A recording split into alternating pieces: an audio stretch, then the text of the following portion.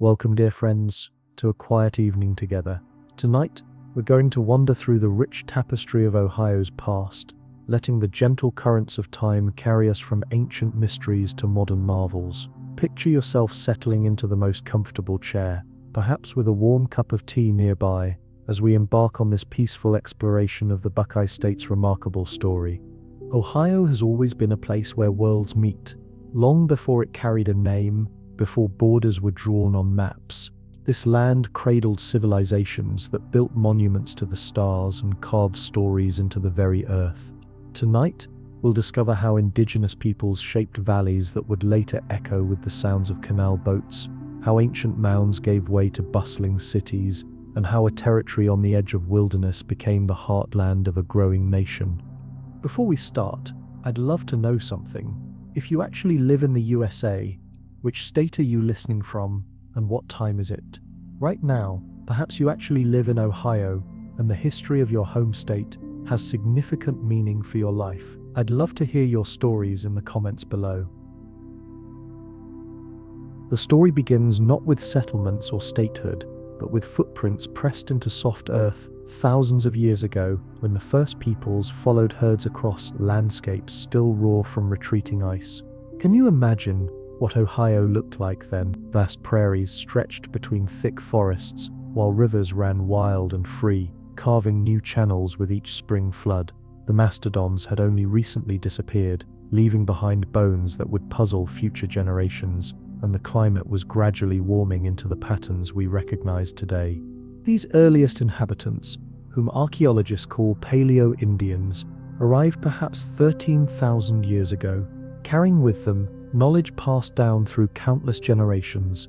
They knew which stones made the sharpest spear points, which plants could heal or harm, and how to read the subtle signs that revealed where game might be found. Their campsites, scattered across what would become Ohio, tell us stories of careful survival in a changing world. Picture a small band moving through the Scioto Valley on a crisp autumn morning. The leader pauses at a familiar outcrop of flint, running weathered fingers over the stone. This isn't just any rock, it's Ohio's famous Flint Ridge material, prized for its quality and destined to be traded hundreds of miles away. The skill required to shape these stones into tools was extraordinary. Each flake had to be struck with perfect precision, and the finished spear points were works of art as much as instruments of survival. As centuries passed, these nomadic hunters gradually adapted to a more settled way of life. The massive herds they had followed were gone, but the warming climate brought new opportunities. Rivers teemed with fish, forests filled with deer and smaller game, and the valleys offered nuts, berries, and roots in abundance. Why chase herds across endless plains when everything needed for a good life could be found within a day's walk? This shift toward what archaeologists call the Archaic period brought profound changes. Villages began to appear along riverbanks, not the temporary camps of their ancestors, but substantial settlements where families might return season after season. The people learned to hollow out trees for canoes, to fashion nets for fishing, and to grind nuts and seeds with stone tools.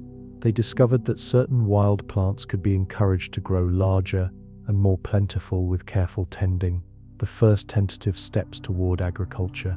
But perhaps most remarkably, they began to think about death in new ways. Instead of simply abandoning their deceased as nomadic peoples might, these settlers started creating special places for burial, places that would become sacred to their communities for generations. The dead were laid to rest with their most precious possessions, ornaments and tools that would accompany them on whatever journey lay beyond. These burial practices would eventually flower into something truly extraordinary. Around 700 BCE, a culture emerged in Ohio that would leave an indelible mark on the landscape. The Adena people, named after an estate in Chillicothe, where their remains were first studied, took the burial traditions of their ancestors and transformed them into something magnificent. They began building mounds, not simple graves, but earthen monuments that rose like gentle hills above the Ohio countryside. These weren't hasty constructions. Each Adena mound represented months or years of careful labor, with entire communities contributing basket loads of earth to create these monuments to their dead. The largest mounds reached heights of 60 feet or more, requiring the movement of thousands of tons of soil. But why such effort for the deceased? What drove these people to reshape the very land in honor of their ancestors? The answer lies partly in their growing sophistication as a society. The Adena people had moved far beyond mere survival. Their villages supported artisans who created beautiful ornaments from copper, carved intricate designs into stone tablets, and fashioned elaborate headdresses from antlers and feathers.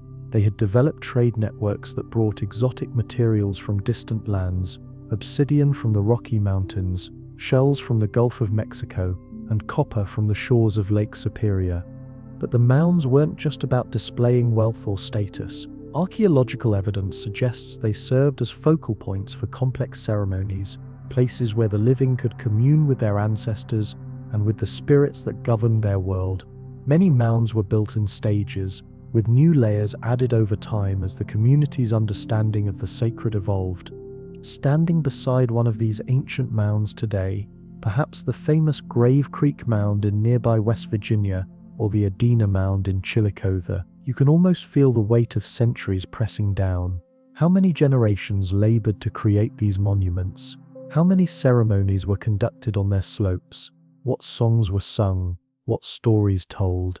As the community gathered to honor their dead and celebrate their connection to the land. The Adena culture flourished for nearly 1,000 years, but around 200 BCE, their mound-building traditions began to evolve into something even more remarkable. A new culture was emerging, one that would transform Ohio into the ceremonial heart of ancient North America. The Hopewell people, named after the Ohio farm where their artifacts were first discovered, took the Adena fascination with earthworks and elevated it to an art form that still leaves archaeologists speechless.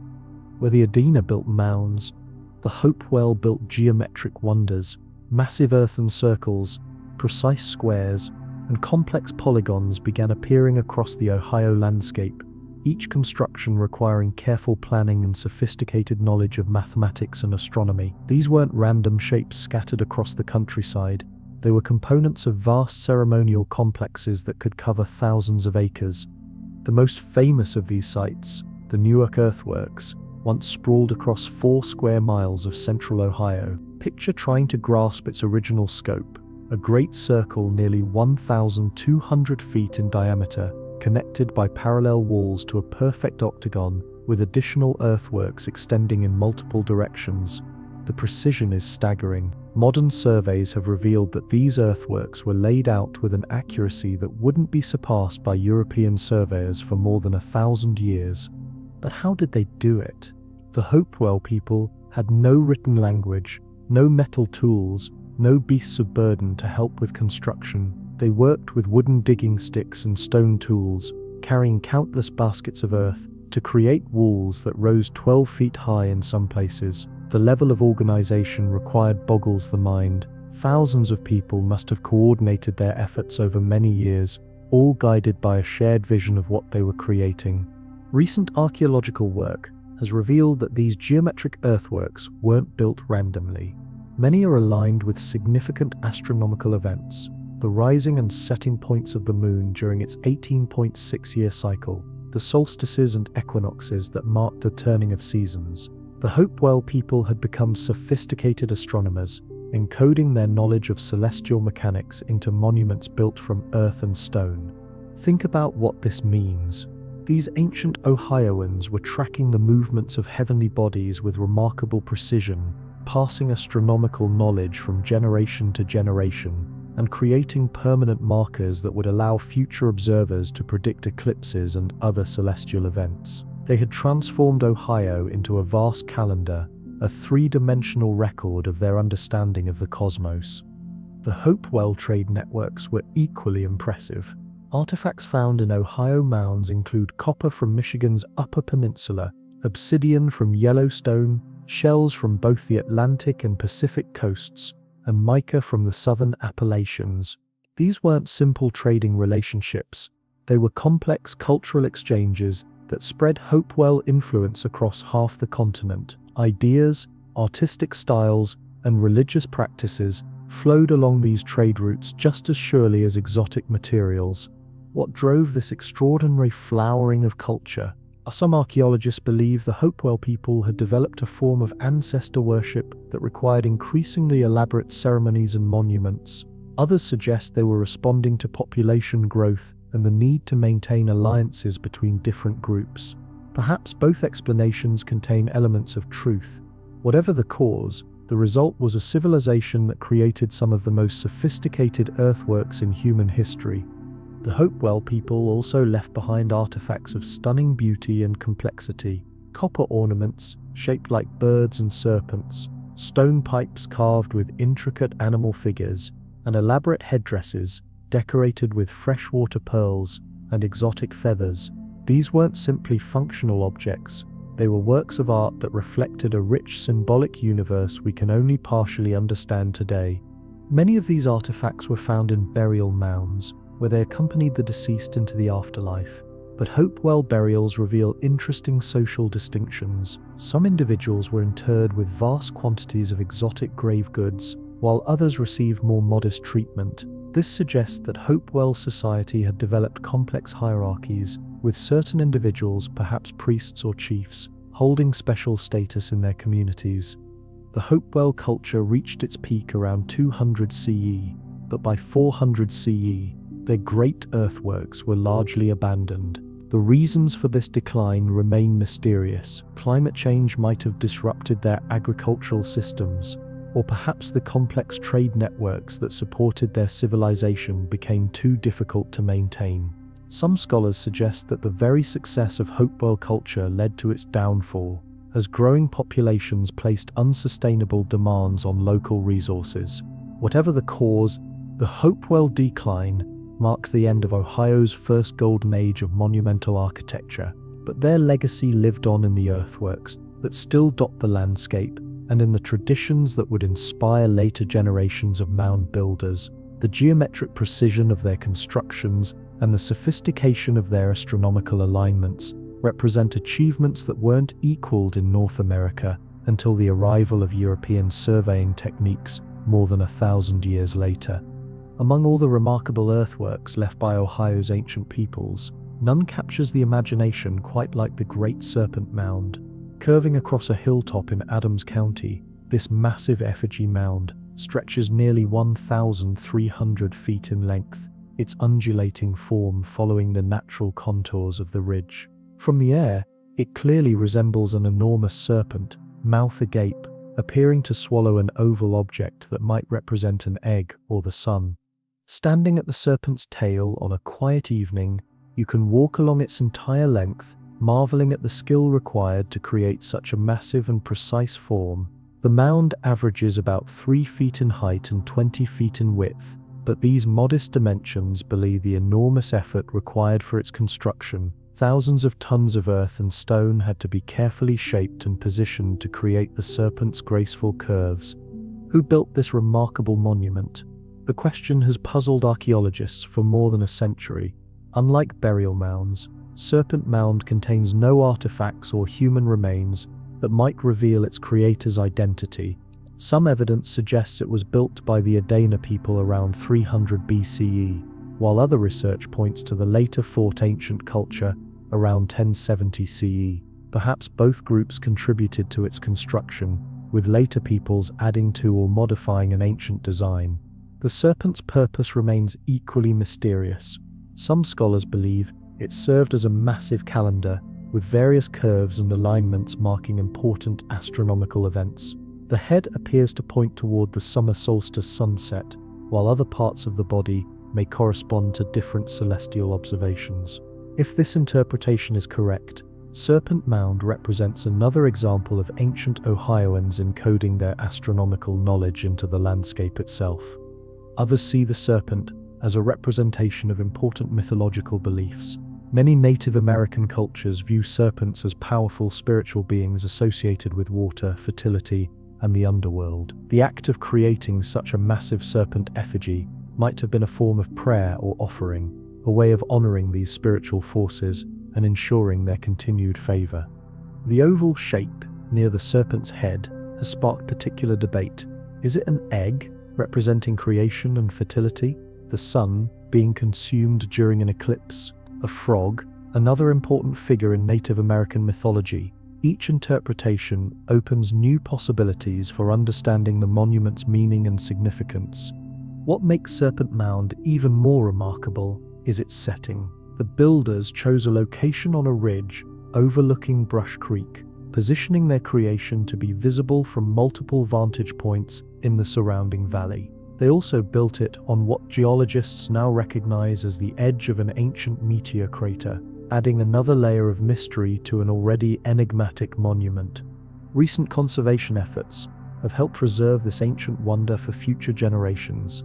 The surrounding landscape has been protected as a state memorial, ensuring that visitors can still experience the awe that must have been felt by its creators more than 1,000 years ago. Walking along the Serpent's length at sunset, watching the shadows shift and change across its ancient curves, you can't help but feel connected to the people who shaped this earth so long ago.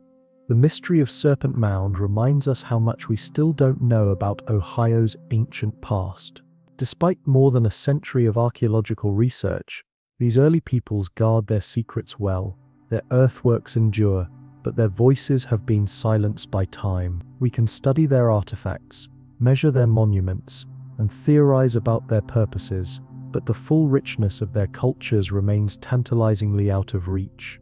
The sense of mystery extends to many other Ohio earthworks. The octagon at Newark was clearly designed with astronomical alignments in mind, but what ceremonies took place within its walls? The massive circle at Circleville, now largely destroyed by urban development, once covered more than 20 acres, but what gatherings did it host? Each earthwork raises more questions than it answers, leaving us to imagine the rich ceremonial life that once flourished in ancient Ohio.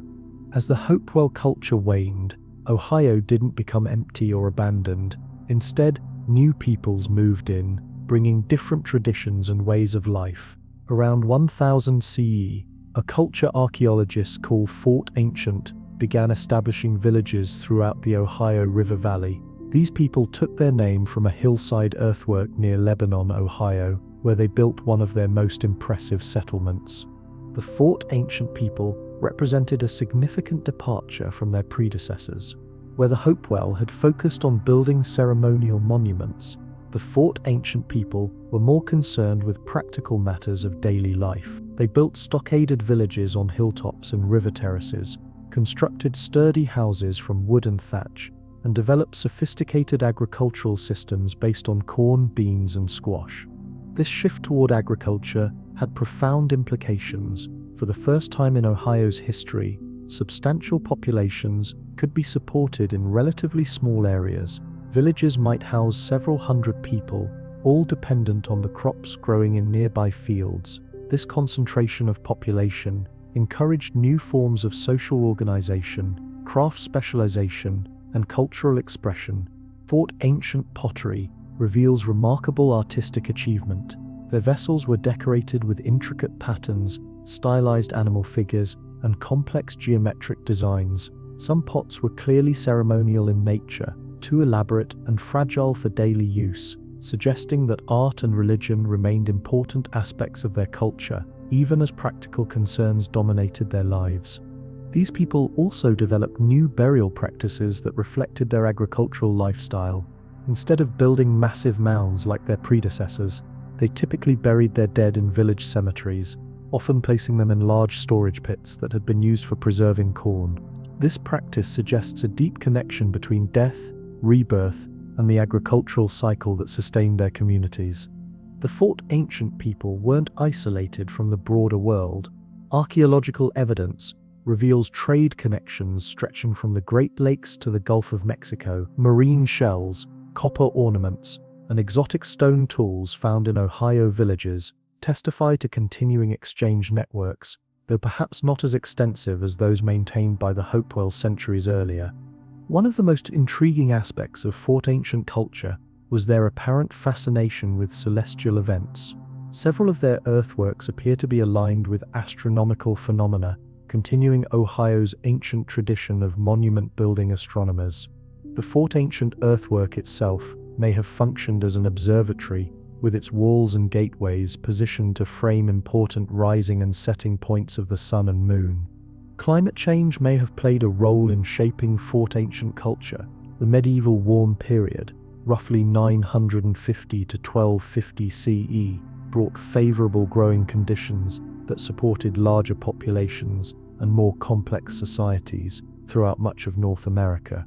The corn-based agriculture that sustained Fort Ancient villages would have thrived during these centuries of reliable rainfall and longer growing seasons. But around 1450 CE, the Fort Ancient culture began to decline. Villages were abandoned, population centers shifted, and the archaeological record becomes much sparser. The reasons for this decline parallel those that affected many other North American societies during this period. Climate change, specifically the onset of the Little Ice Age, may have made agriculture less reliable. Warfare and disease could have disrupted settled communities, or perhaps the arrival of new peoples from other regions forced existing populations to adapt or relocate. By the time European explorers first entered Ohio in the late 1600s, the Fort Ancient culture had vanished, leaving behind only their earthworks and artifacts to puzzle future generations. Their disappearance marked the end of the prehistoric period in Ohio and set the stage for a new chapter in the region's history. The Ohio that European explorers encountered in the late 17th and early 18th centuries was not an empty wilderness, despite what some historical accounts might suggest. Instead, it was a contested borderland, claimed and used by multiple Native American nations, whose territories overlapped and shifted with the changing fortunes of war, diplomacy, and trade. The Shawnee people, whose name means Southerners in their Algonquian language, were perhaps the most prominent residents of central Ohio during this period. They had migrated northward from the southeast, driven by conflicts with other tribes and the expanding presence of European colonists. Ohio's river valleys provided them with excellent hunting grounds and fertile soil for their crops of corn, beans, and squash. Shawnee villages dotted the landscape along major rivers like the Scioto and the Miami. These weren't permanent settlements in the European sense, but rather seasonal centers that might be occupied for several years before the community moved to fresh hunting grounds or more defensible positions. The Shawnee were skilled warriors and diplomats, maintaining complex relationships with neighboring tribes and the growing number of European traders who ventured into Ohio. The Miami people controlled much of western Ohio, their villages concentrated along the river that bears their name today. They had developed a sophisticated agricultural system that supported relatively large populations, and their villages often included substantial council houses where important decisions were made and ceremonies conducted. The Miami were known throughout the region for their diplomatic skills and their ability to form alliances that protected their interests. In eastern Ohio, the Delaware, or Lenape, people had established communities after being displaced from their original homeland in the mid-Atlantic region. Their migration westward was part of a larger pattern of population movement caused by European expansion along the Atlantic coast. The Delaware brought with them extensive experience in dealing with Europeans, knowledge that made them valuable allies and formidable opponents. These three major nations, along with smaller groups like the Wyandot, Ottawa, and Mingo, transformed Ohio into a complex political landscape. Villages served not just as places to live, but as diplomatic centers where representatives from different nations could meet to negotiate treaties, arrange marriages, and plan military campaigns. The famous council fires that burned in villages like Piqua and Chillicothe drew delegates from across the eastern woodlands. The arrival of European trade goods had already begun to transform Native American life in Ohio well before permanent European settlements appeared. Metal tools, firearms, cloth, and alcohol flowed into Ohio villages along trade routes that stretched back to French posts on the Great Lakes and British settlements along the Atlantic coast. In return, Ohio's inhabitants provided furs, especially beaver pelts, that were in high demand in European markets. This trade brought both opportunities and challenges. Metal knives and hatchets were superior to stone tools, and firearms gave warriors significant advantages in battle. But dependence on European goods also made Native American communities vulnerable to disruption. If trade routes were blocked, or if European allies proved unreliable, the introduction of alcohol created social problems that traditional leaders struggled to address. European diseases proved even more devastating than trade disruptions. Smallpox, measles, and other epidemic diseases swept through Ohio's Native American communities repeatedly throughout the 18th century. These diseases were particularly deadly because Native Americans had no prior exposure and thus no natural immunity. Entire villages might be wiped out in a matter of weeks, leaving survivors to rebuild their communities from scattered remnants.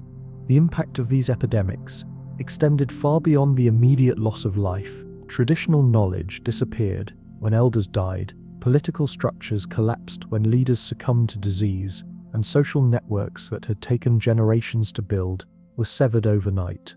The survivors faced the enormous challenge of rebuilding their cultures while simultaneously dealing with increasing pressure from European expansion. Despite these challenges, Ohio's Native American inhabitants proved remarkably resilient and adaptable. They formed new alliances that crossed traditional tribal boundaries, developed innovative military tactics that took advantage of Ohio's varied terrain, and created diplomatic strategies that played European powers against each other. Leaders like the Shawnee Chief Cornstalk and the Miami War Chief Little Turtle became legendary for their skill in both warfare and negotiation. The struggle for control of Ohio intensified as European colonial powers expanded their territorial claims. France claimed the region as part of New France, basing this claim on the explorations of Robert de La Salle and other French voyageurs who had traveled down the Ohio River in the late 1600s. Britain countered with claims based on their colonial charters, which granted some colonies territory extending all the way to the South Sea or Pacific Ocean. These competing European claims meant little to Ohio's Native American inhabitants, who had their own well-established territorial boundaries and diplomatic relationships. But the rivalry between France and Britain for control of the Ohio country, as Europeans called the region, would soon draw Native American nations into conflicts that would reshape the entire eastern half of the continent. French traders and missionaries were generally the first Europeans that Ohio's Native Americans encountered. The French approach to colonization emphasized trade and alliance rather than large-scale settlement, making them natural partners for Native American communities who wanted access to European goods without losing control of their lands. French trading posts like Detroit and Fort Miami became important centers where European and Native American cultures met and mingled. British traders offered some advantages over their French counterparts, particularly in the quality and price of manufactured goods. British textiles were often superior to French products, and British merchants could usually offer better prices for furs and other trade goods. But British colonial policy was more focused on agricultural settlement, making them potential competitors for land rather than simply trading partners. The competition between France and Britain for influence in Ohio came to a head during the French and Indian War, 1754 to 1763. This conflict, known in Europe as the 7 Years' War, was fought largely over control of the Ohio River Valley and the vast territories beyond. Native American nations found themselves forced to choose sides, with most initially supporting the French, who seemed less threatening to their way of life. The war brought European military forces into Ohio for the first time in significant numbers. Fort Duquesne, built by the French at the forks of the Ohio River, present-day Pittsburgh, became a focal point for military operations throughout the region. British forces, under General Edward Braddock, suffered a devastating defeat near this fort in 1755, with Ohio's Native American allies playing a crucial role in the victory. But British resources ultimately proved decisive. The capture of Fort Duquesne in 1758, renamed Fort Pitt in honor of the British Prime Minister, marked the beginning of the end for French power in Ohio. The Treaty of Paris in 1763 formally ceded all of New France, including Ohio, to British control, fundamentally altering the balance of power in the region. The end of French rule left Ohio's Native American inhabitants in a precarious position. Their former allies were gone, replaced by British administrators who showed little understanding of or respect for traditional Native American diplomatic practices. British military commanders like Geoffrey Amherst viewed Native Americans as obstacles to be removed rather than allies to be cultivated, leading to increasing tensions throughout the region. These tensions exploded into violence in 1763 with the outbreak of Pontiac's Rebellion, named after the Ottawa war chief, who helped organize a coordinated attack on British posts throughout the Great Lakes region. Ohio played a crucial role in this conflict, with Native American forces besieging British forts and attacking settlements throughout the region. The rebellion demonstrated that European control of Ohio remained tenuous despite their military victories.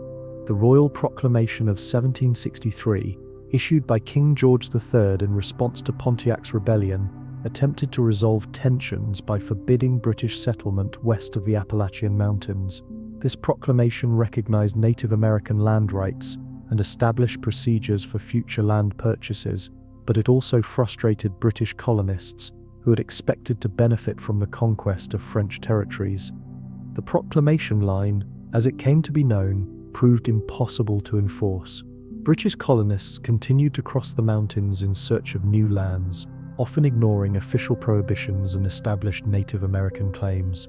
These unauthorized settlements created a constant source of tension that would eventually contribute to the outbreak of the American Revolution. Ohio thus became a borderland in multiple senses. It marked the boundary between European and Native American control, between official British policy and colonial practice, and increasingly between the interests of the British government and those of its American subjects. The stage was set for the conflicts that would ultimately determine who would control this rich and strategically important region. The American Revolution transformed Ohio from a distant borderland into a crucial theater of operations. The conflict that began as a dispute between Britain and its Atlantic coast colonies quickly spread westward, drawing Ohio's Native American inhabitants into a struggle that would determine the future of the entire region. Most Ohio tribes initially sided with the British, a decision that made strategic sense given their recent experiences. British officials had at least nominally recognized Native American land rights through the Proclamation of 1763, while American colonists had shown little respect for existing territorial boundaries. British agents provided weapons, supplies, and diplomatic support that helped Native American communities defend their homelands against American expansion. The war in Ohio was characterized by raids, skirmishes, and sieges rather than large-scale battles. Native American warriors, often accompanied by British Rangers or Loyalist militia, struck at American settlements and military posts throughout the region. These attacks forced American defenders to spread their resources thin and created a climate of constant insecurity that hampered efforts to establish permanent settlements. One of the most significant early engagements was the siege of Fort Henry, present-day Wheeling, West Virginia, in 1777. Though technically outside Ohio's current boundaries, this attack demonstrated the vulnerability of American positions along the Ohio River and inspired similar raids throughout the region. The defense of Fort Henry became legendary in frontier folklore, particularly the role played by women like Betty Zane, who risked her life to bring gunpowder to the fort's defenders. American strategy in Ohio focused on establishing fortified positions along major rivers and trying to disrupt the alliance between Britain and Native American nations. Forts were built at strategic locations like the mouth of the Great Miami River and along the portages that connected different river systems. These forts served as bases for military operations and as refuges for settlers fleeing Native American raids. The most ambitious American operation in Ohio during the Revolution was George Rogers Clark's Illinois Campaign of 1778 to 1779. Though Clark's primary targets were British posts in present-day Illinois and Indiana, his success in capturing Vincennes and other strategic positions helped secure American control of the Ohio River and disrupted British supply lines to their Native American allies. Clark's victories also demonstrated American determination to contest British control of the Western Territories. His small force of Virginia militiamen covered hundreds of miles through difficult terrain, often in harsh winter conditions, to strike at British positions that seemed safely beyond American reach. The psychological impact of these successes was as important as their military significance.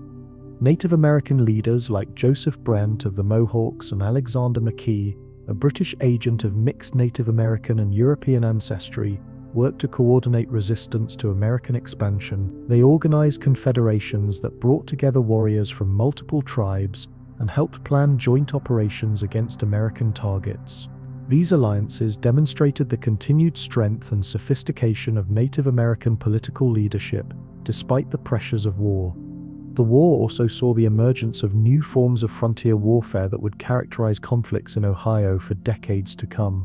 Both sides employed tactics that blurred the lines between military operations and terrorism, attacking not just enemy soldiers but also civilian communities that supported the opposing cause. Scalping, torture, and the destruction of crops and buildings became common practices that traumatized entire communities. American forces responded to Native American raids with punitive expeditions designed to destroy villages and food supplies. These operations, such as the Crawford Expedition of 1782, often failed to catch their intended targets, but succeeded in escalating the cycle of violence that plagued the region. The brutal execution of Colonel William Crawford by his Native American captors became a rallying cry for American settlers and a symbol of the savagery they associated with frontier warfare. The Treaty of Paris in 1783, which ended the American Revolution, had profound implications for Ohio. Britain recognized American independence and ceded all territory east of the Mississippi River to the new United States, including Ohio. But the treaty made no provisions for the Native American nations that had controlled this territory for generations, essentially treating them as non-entities in the diplomatic settlement. This omission created immediate problems for American policymakers. The United States claimed ownership of Ohio by right of conquest and cession from Britain, but the actual inhabitants of the region, Ohio's Native American nations, had not been defeated and showed no inclination to abandon their homelands voluntarily. The stage was set for another round of conflicts that would determine who would actually control Ohio's fertile valleys and rich resources. The end of the Revolution also brought new pressures for westward expansion. American veterans had been promised land grants in recognition of their military service, and thousands of settlers were eager to take advantage of new opportunities beyond the Appalachian Mountains. Ohio, with its fertile soil and strategic river connections, beckoned as a promised land for these would-be pioneers. But first, the new American government had to figure out how to organize and govern these western territories. The Articles of Confederation provided little guidance for territorial administration, and the individual states had conflicting claims to western lands based on their colonial charters. Virginia claimed much of present-day Ohio based on its 1609 charter, while Connecticut claimed the Western Reserve based on its sea-to-sea charter grants. These competing state claims had to be resolved before Ohio could be properly organized and settled. The solution came through a series of land cessions in which states surrendered their western territorial claims to the federal government in exchange for various considerations. Virginia's cession in 1784 was particularly important, as it included most of present-day Ohio, though the state retained the right to use land in Kentucky to satisfy military bounties promised to its Revolutionary War veterans. Connecticut's cession was more complicated, as the state initially retained a large tract in northeastern Ohio known as the Western Reserve. This area remained under Connecticut's jurisdiction until 1800, creating a patchwork of different governmental systems within Ohio. The Connecticut Land Company, which purchased the Western Reserve from the state, established its own system of land surveying and settlement that differed significantly from federal practices elsewhere in Ohio. The resolution of state territorial claims cleared the way for federal action to organize the Western Territories. The Land Ordinance of 1785 established the rectangular survey system that would be used to divide Ohio into townships and sections, creating the grid pattern of roads and property boundaries that still characterizes much of the Midwest today. This system was far more systematic than the meets and bounds surveys used in the original states, and helped prevent the boundary disputes that had plagued earlier settlements. Even more important was the Northwest Ordinance of 1787, which established the legal and political framework for governing the territory that included Ohio.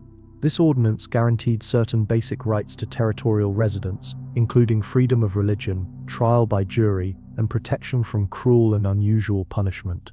It also prohibited slavery in the Northwest Territory, making Ohio and its neighboring territories free soil from the beginning of American settlement. The Northwest Ordinance also established a process by which territories could become states. When a territory's population reached 60,000 free inhabitants, it could apply for statehood on equal terms with the original states. This provision ensured that Western territories would not remain permanent colonies, but would eventually become full partners in the American Union.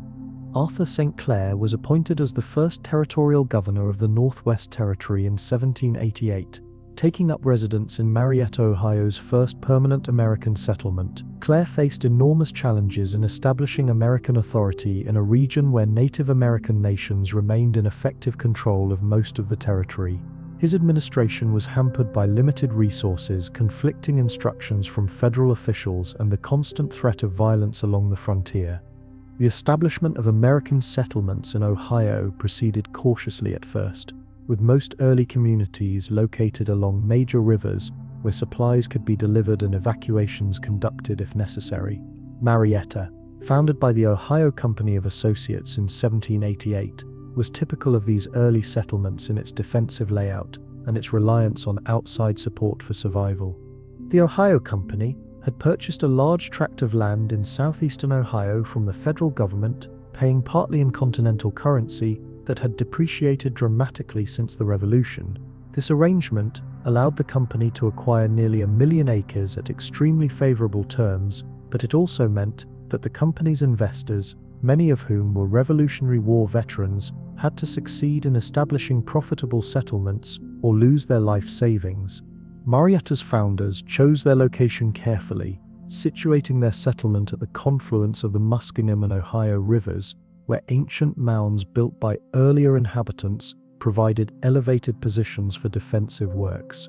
They laid out their town with a central fortified area surrounded by outlying farms and settlements, a pattern that reflected both their military backgrounds and their awareness of the continuing threats posed by hostile Native American forces.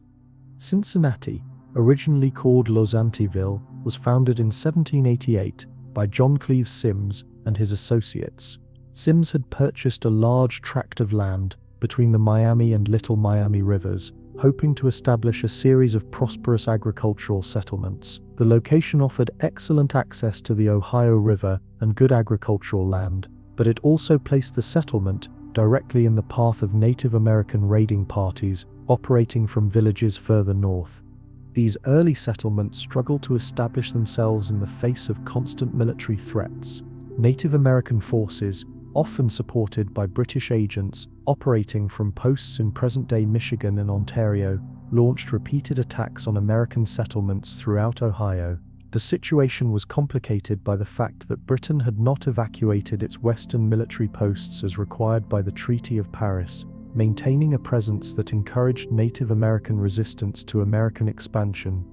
The failure of American diplomacy to resolve these tensions peacefully led to military action.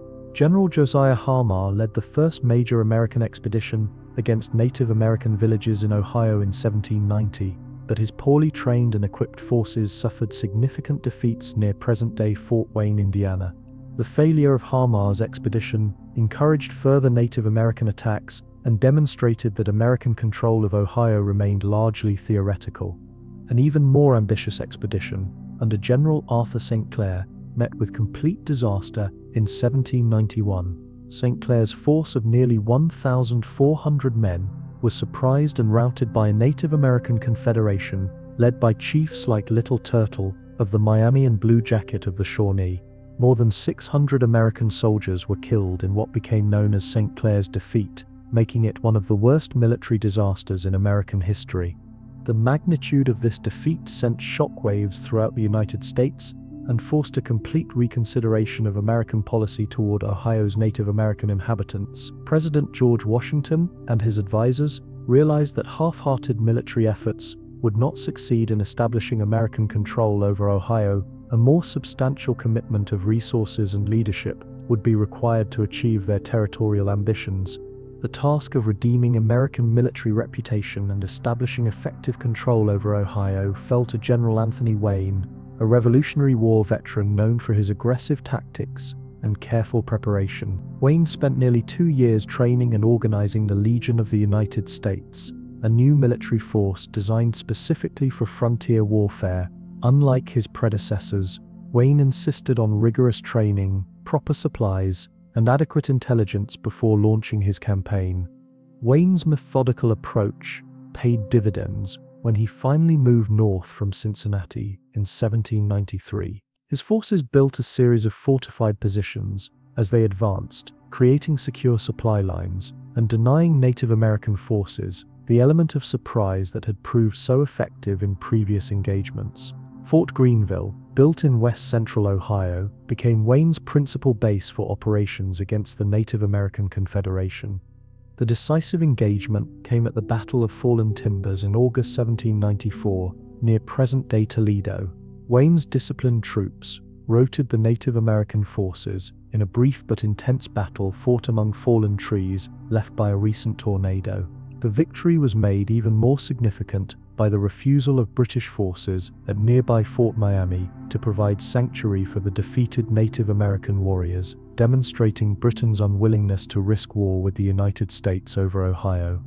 The Treaty of Greenville, signed in 1795, formally ended Native American resistance to American settlement in much of Ohio. The treaty established clear boundaries between American and Native American territory, with the Native American nations ceding most of present-day Ohio in exchange for annuity payments and recognition of their remaining territorial claims. Leaders like Little Turtle recognized that continued military resistance was futile and chose negotiation over destruction of their peoples. The Greenville Treaty Line ran roughly from present-day Cleveland southwest to Fort Recovery, then southeast to the Ohio River near Portsmouth. North and west of this line, Native American nations retained their lands and hunting rights, while south and east became open to American settlement. The treaty also established trading posts where Native Americans could exchange furs and other goods for manufactured items under federal supervision.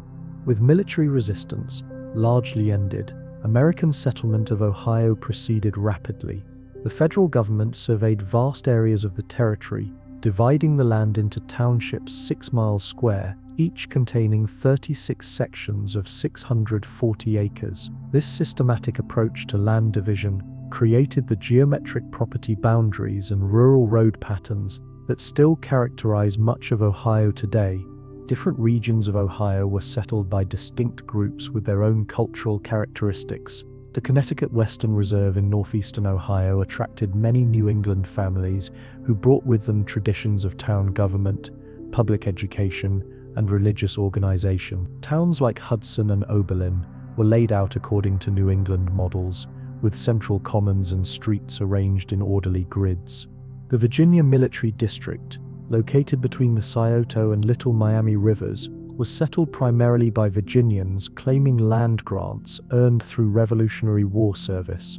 This region developed a more dispersed settlement pattern typical of the Upper South, with individual farms scattered across the landscape rather than concentrated in compact villages. The county seat towns that emerged, places like Chillicothe and Circleville, served primarily as commercial and administrative centers rather than residential communities. German immigrants, both from Pennsylvania and directly from Europe, established numerous settlements throughout Ohio. Their farming techniques, often superior to those of their Anglo-American neighbors, helped establish Ohio's reputation for agricultural productivity. German communities, like Zoar and other sectarian settlements, created distinctive cultural landscapes that preserved Old World traditions while adapting to New World conditions. The Simi's Purchase, stretching along the Ohio River between the Miami and Little Miami rivers, became one of the most rapidly developing parts of Ohio. Cincinnati emerged as the region's principal commercial center, its location at the mouth of the Licking River, providing excellent access to Kentucky, as well as the Ohio River trade routes. By 1800, Cincinnati had grown from a struggling frontier outpost into a thriving commercial town, with nearly 1,000 residents. River transportation remained crucial to Ohio's development during these early years. The Ohio River provided the primary connection to external markets, carrying Ohio's agricultural surplus downriver to New Orleans and the international markets beyond. Flatboats and keelboats crowded the river during spring floods, when high water made navigation easiest and safest. The challenges of river navigation were considerable.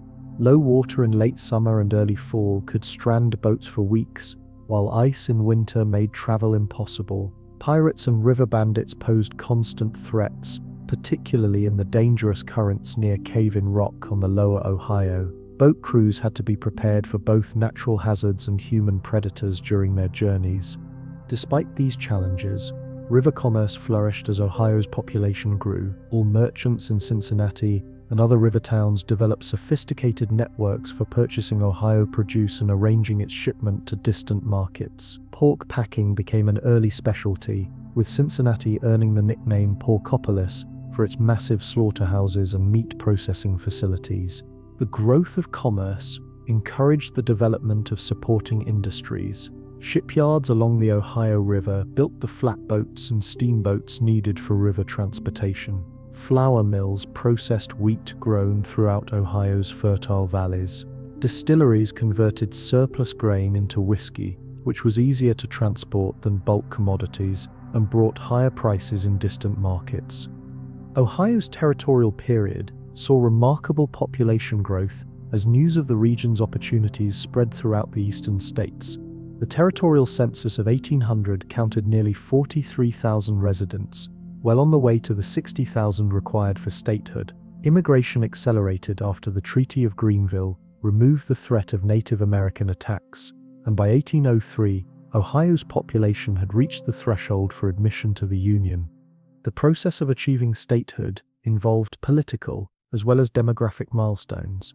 Ohio's territorial government had evolved from the autocratic rule of Governor St. Clair to a more representative system that included an elected legislature. Political parties began to emerge, with Federalists generally supporting strong federal authority and Democratic Republicans favoring states' rights and limited government. The question of Ohio's boundaries became contentious as statehood approached. The Northwest Ordinance had specified that Ohio should extend north to a line drawn east from the southern tip of Lake Michigan, but this boundary would have excluded the mouth of the Maumee River and the site of present-day Toledo. Ohio's political leaders demanded that the northern boundary be moved north to include this important commercial area. Congress initially resisted Ohio's boundary demands, but the political importance of adding another Democratic-Republican state to the Union eventually overcame these objections. Ohio was granted the disputed territory, including Toledo, in exchange for accepting a somewhat reduced western boundary. This compromise satisfied Ohio's immediate needs while preserving options for organizing the remaining Northwest Territory. The Constitutional Convention that met in Chillicothe in November 1802 faced the task of creating a framework for Ohio's state government. The delegates, representing all parts of the territory, had to balance competing regional interests while creating institutions that could govern effectively. The resulting constitution reflected the democratic ideals of the early republic while addressing the practical needs of a frontier society. Ohio's constitution established a government with 3 branches, following the federal model, but gave predominant power to the legislature. The governor served only a 2-year term and had limited veto power, reflecting the democratic suspicion of executive authority that was common in the early republic. The Constitution also guaranteed certain individual rights, including freedom of religion and trial by jury. The question of slavery proved less contentious in Ohio than it would in later territorial organizations. The Northwest Ordinance had already prohibited slavery in the territory, and most Ohio settlers accepted this restriction. The Constitution included provisions strengthening the prohibition on slavery, while also including a black code that severely restricted the rights of free African Americans. Education received considerable attention in Ohio's constitution, reflecting the New England influence on the state's political development. The Constitution required the legislature to establish a system of common schools supported by public funding, though it would take several decades for this mandate to be fully implemented. The federal land grants for education, including Section 16 in each township, provided important resources for establishing schools. On March 1, 1803, Ohio officially became the 17th state of the Union, though the formal admission process was somewhat irregular. Congress never passed a formal resolution admitting Ohio to statehood, leading to some confusion about the exact date of admission. This technicality was not corrected until 1953, when Congress retroactively formalized Ohio's admission to the Union. Edward Tiffin, a Virginia-born physician who had settled in Chillicothe, became Ohio's first governor. Tiffin faced the enormous challenge of establishing functioning state institutions while managing the practical problems of governing a rapidly growing frontier society. His administration had to create everything from tax collection systems to militia organizations, often with very limited resources and experience. The location of Ohio's capital became a contentious political issue during the early statehood period. Chillicothe served as the territorial capital and continued in that role during the early years of statehood, but other communities lobbied vigorously for the honor. The central location and growing commercial importance of Columbus eventually made it the logical choice for a permanent capital, though the decision was not made until 1812. Ohio's admission to statehood marked a crucial milestone in American westward expansion. It proved that the ordinances of the 1780s could successfully transform wilderness territories into functioning states, providing a model that would be followed repeatedly as the United States expanded across the continent. Ohio's success encouraged further migration and investment in the Western territories. The early years of statehood also saw the beginning of Ohio's transformation from a frontier society into a more complex and sophisticated community. Towns grew rapidly as commercial and manufacturing activities expanded. Roads improved, connecting previously isolated communities and facilitating trade and communication. Educational institutions began to appear, including academies and eventually colleges that would serve the growing population's needs for learning and professional training. Yet challenges remained formidable. The northern and western parts of the state were still largely unsettled, and Native American tribes retained significant territorial holdings beyond the Greenville Treaty line. International tensions, particularly with Britain, threatened to disrupt the river commerce that was crucial to Ohio's economic development. The young state would soon face its first major test during the War of 1812. The War of 1812 brought the reality of international conflict directly to Ohio's doorstep. Britain's naval blockade disrupted the river commerce that had become crucial to Ohio's economy, while British agents in Canada worked to organize Native American attacks on American settlements. The war tested not only Ohio's military capabilities, but also the loyalty and resilience of its diverse population. Native American resistance to American expansion had never completely ended. Despite the Treaty of Greenville, leaders like Tecumseh of the Shawnees and his brother Tenskwatawa, known as the Prophet, had been working to build a new confederation of tribes opposed to further American encroachment. They established a settlement called Prophetstown at the confluence of the Tippecanoe and Wabash rivers, just west of Ohio's border, where they gathered followers from multiple tribes. Tecumseh's message resonated powerfully with Native Americans who had watched their traditional way of life steadily eroded by American expansion. He argued that the land belonged to all Native Americans in common, and that no individual tribe had the right to sell territory without the consent of all. This philosophy directly challenged the American practice of negotiating separate treaties with individual tribes, often taking advantage of internal divisions to acquire land at favorable terms. The outbreak of war between Britain and the United States in June 1812 provided Tecumseh with the opportunity he had been seeking. British officials in Canada welcomed Native American allies who could help defend their sparsely populated territories against American attacks. They provided weapons, supplies, and military advisors to support Native American operations against American settlements and military posts. Ohio's exposed position made it particularly vulnerable to these combined British and Native American attacks. The state's northern boundary was only lightly defended, and British control of Lake Erie meant that enemy forces could potentially land anywhere along Ohio's lengthy coastline. Governor-returned Jonathan Meigs called out the state militia and appealed to the federal government for additional military support. The war's early phases went badly for American forces in the Northwest. General William Hull's invasion of Canada from Detroit ended in humiliating surrender when British and Native American forces surrounded his army. Hull's capitulation left Ohio's western border completely exposed and encouraged further Native American attacks throughout the region. Fort Meigs, built near present-day Toledo to guard the mouth of the Maumee River, became the focus of intense fighting during 1813. British and Native American forces besieged the fort twice, hoping to capture this key American position and open the path to Ohio's interior. The successful defense of Fort Meigs, led by General William Henry Harrison, became a source of great pride for Ohioans and helped establish Harrison's reputation as a military hero.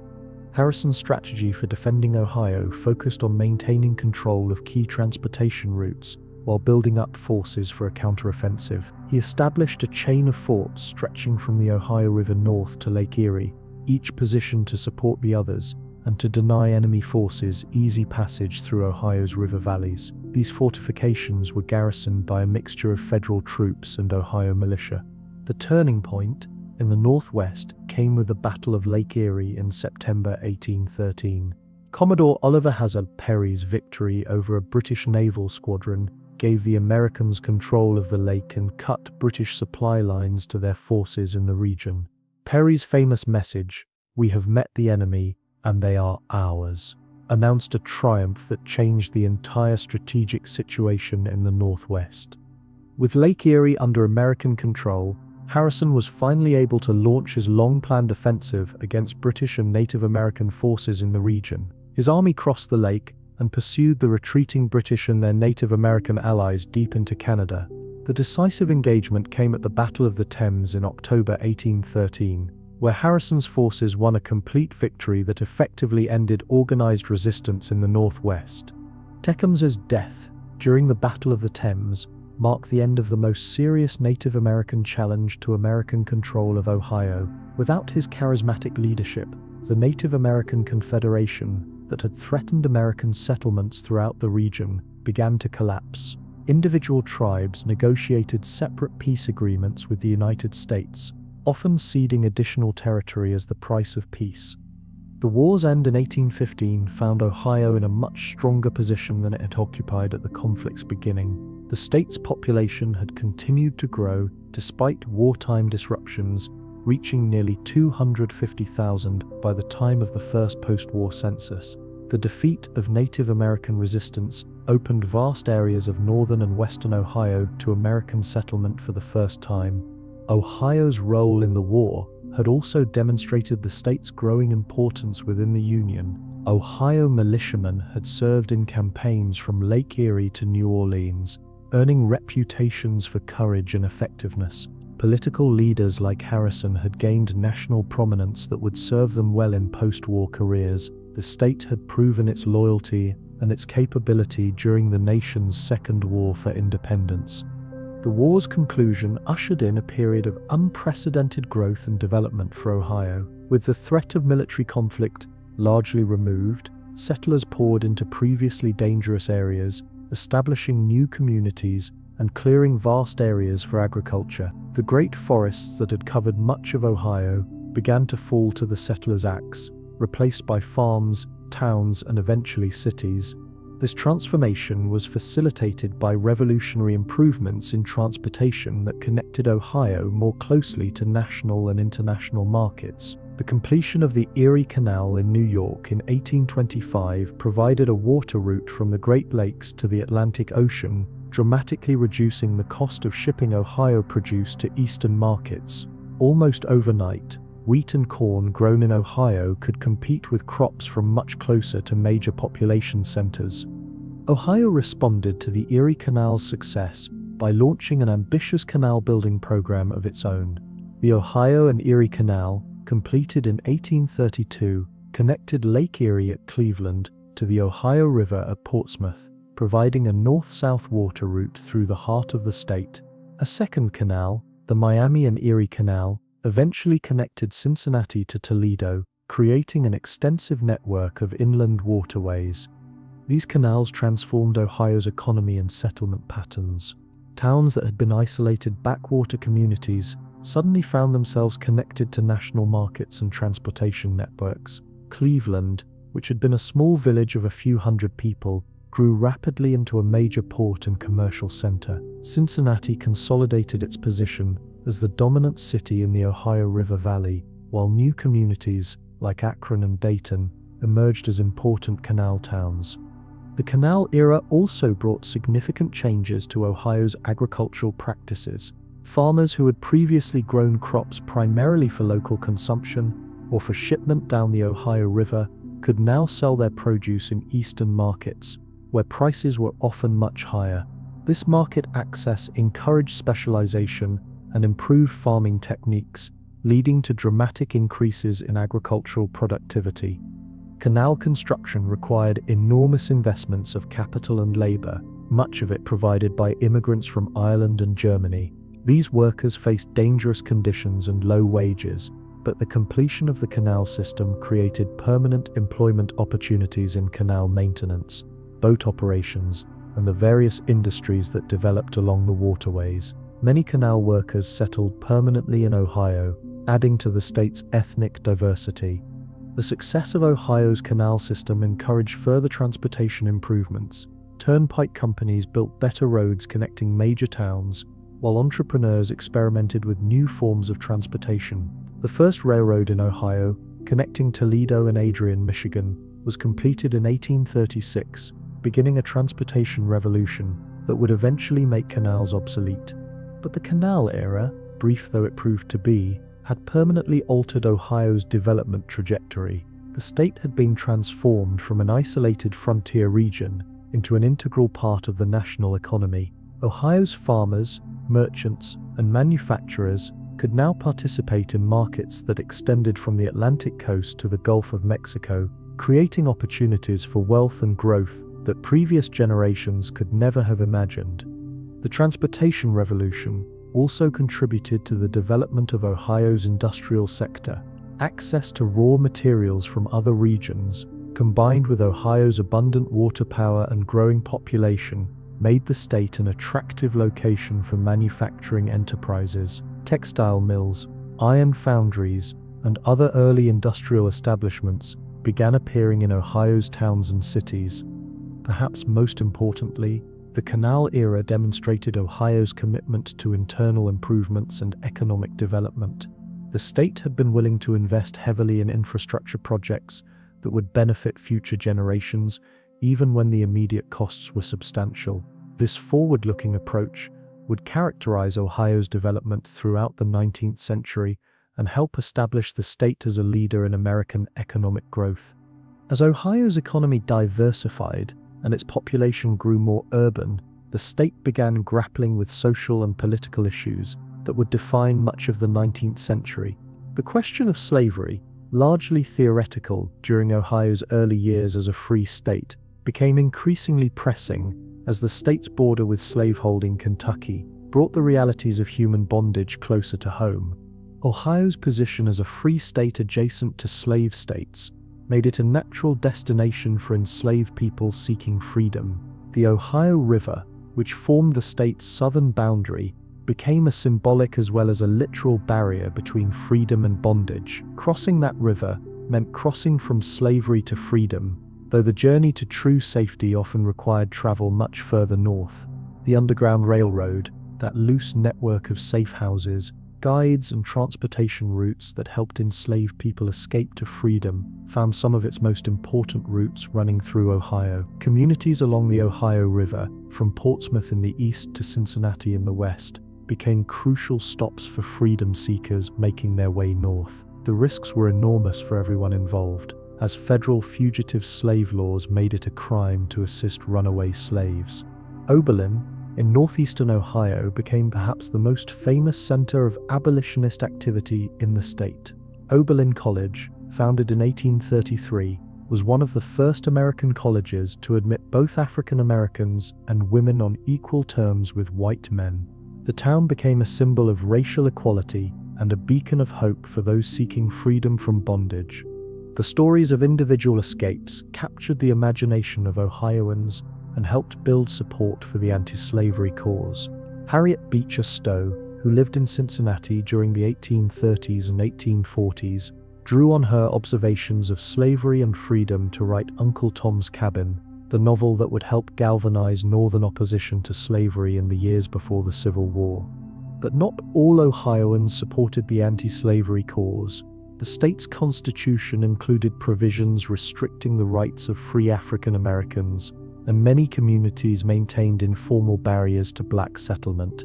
Race riots occurred in Cincinnati and other Ohio cities during the 1830s and 1840s, demonstrating that racial prejudice was not limited to slaveholding states. The growing national controversy over slavery affected Ohio's political development in profound ways. The state's congressional delegation was deeply divided on slavery-related issues, with representatives from different regions reflecting their constituents' varying views. Southern Ohio, with its close ties to Kentucky and the South, tended to be more sympathetic to slaveholding interests, while the Western Reserve, settled largely by New Englanders, was strongly anti-slavery. These divisions became particularly acute during the Mexican-American War and the territorial expansion that followed.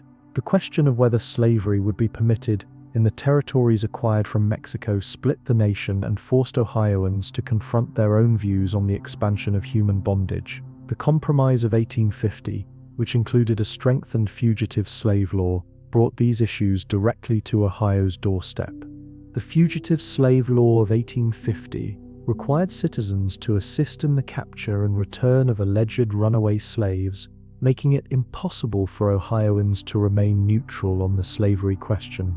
The law was widely resented in Ohio, where many citizens viewed it as an attack on state sovereignty and individual conscience.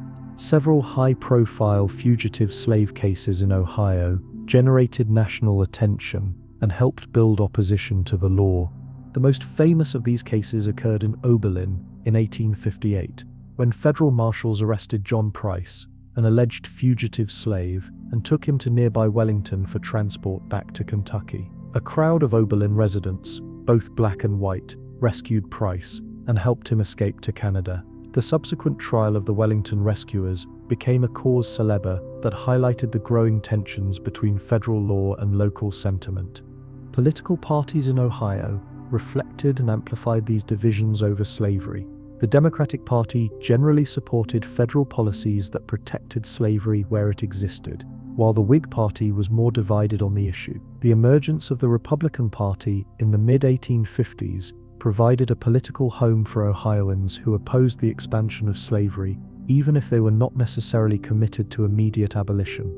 Ohio played a crucial role in the Republican Party's early development.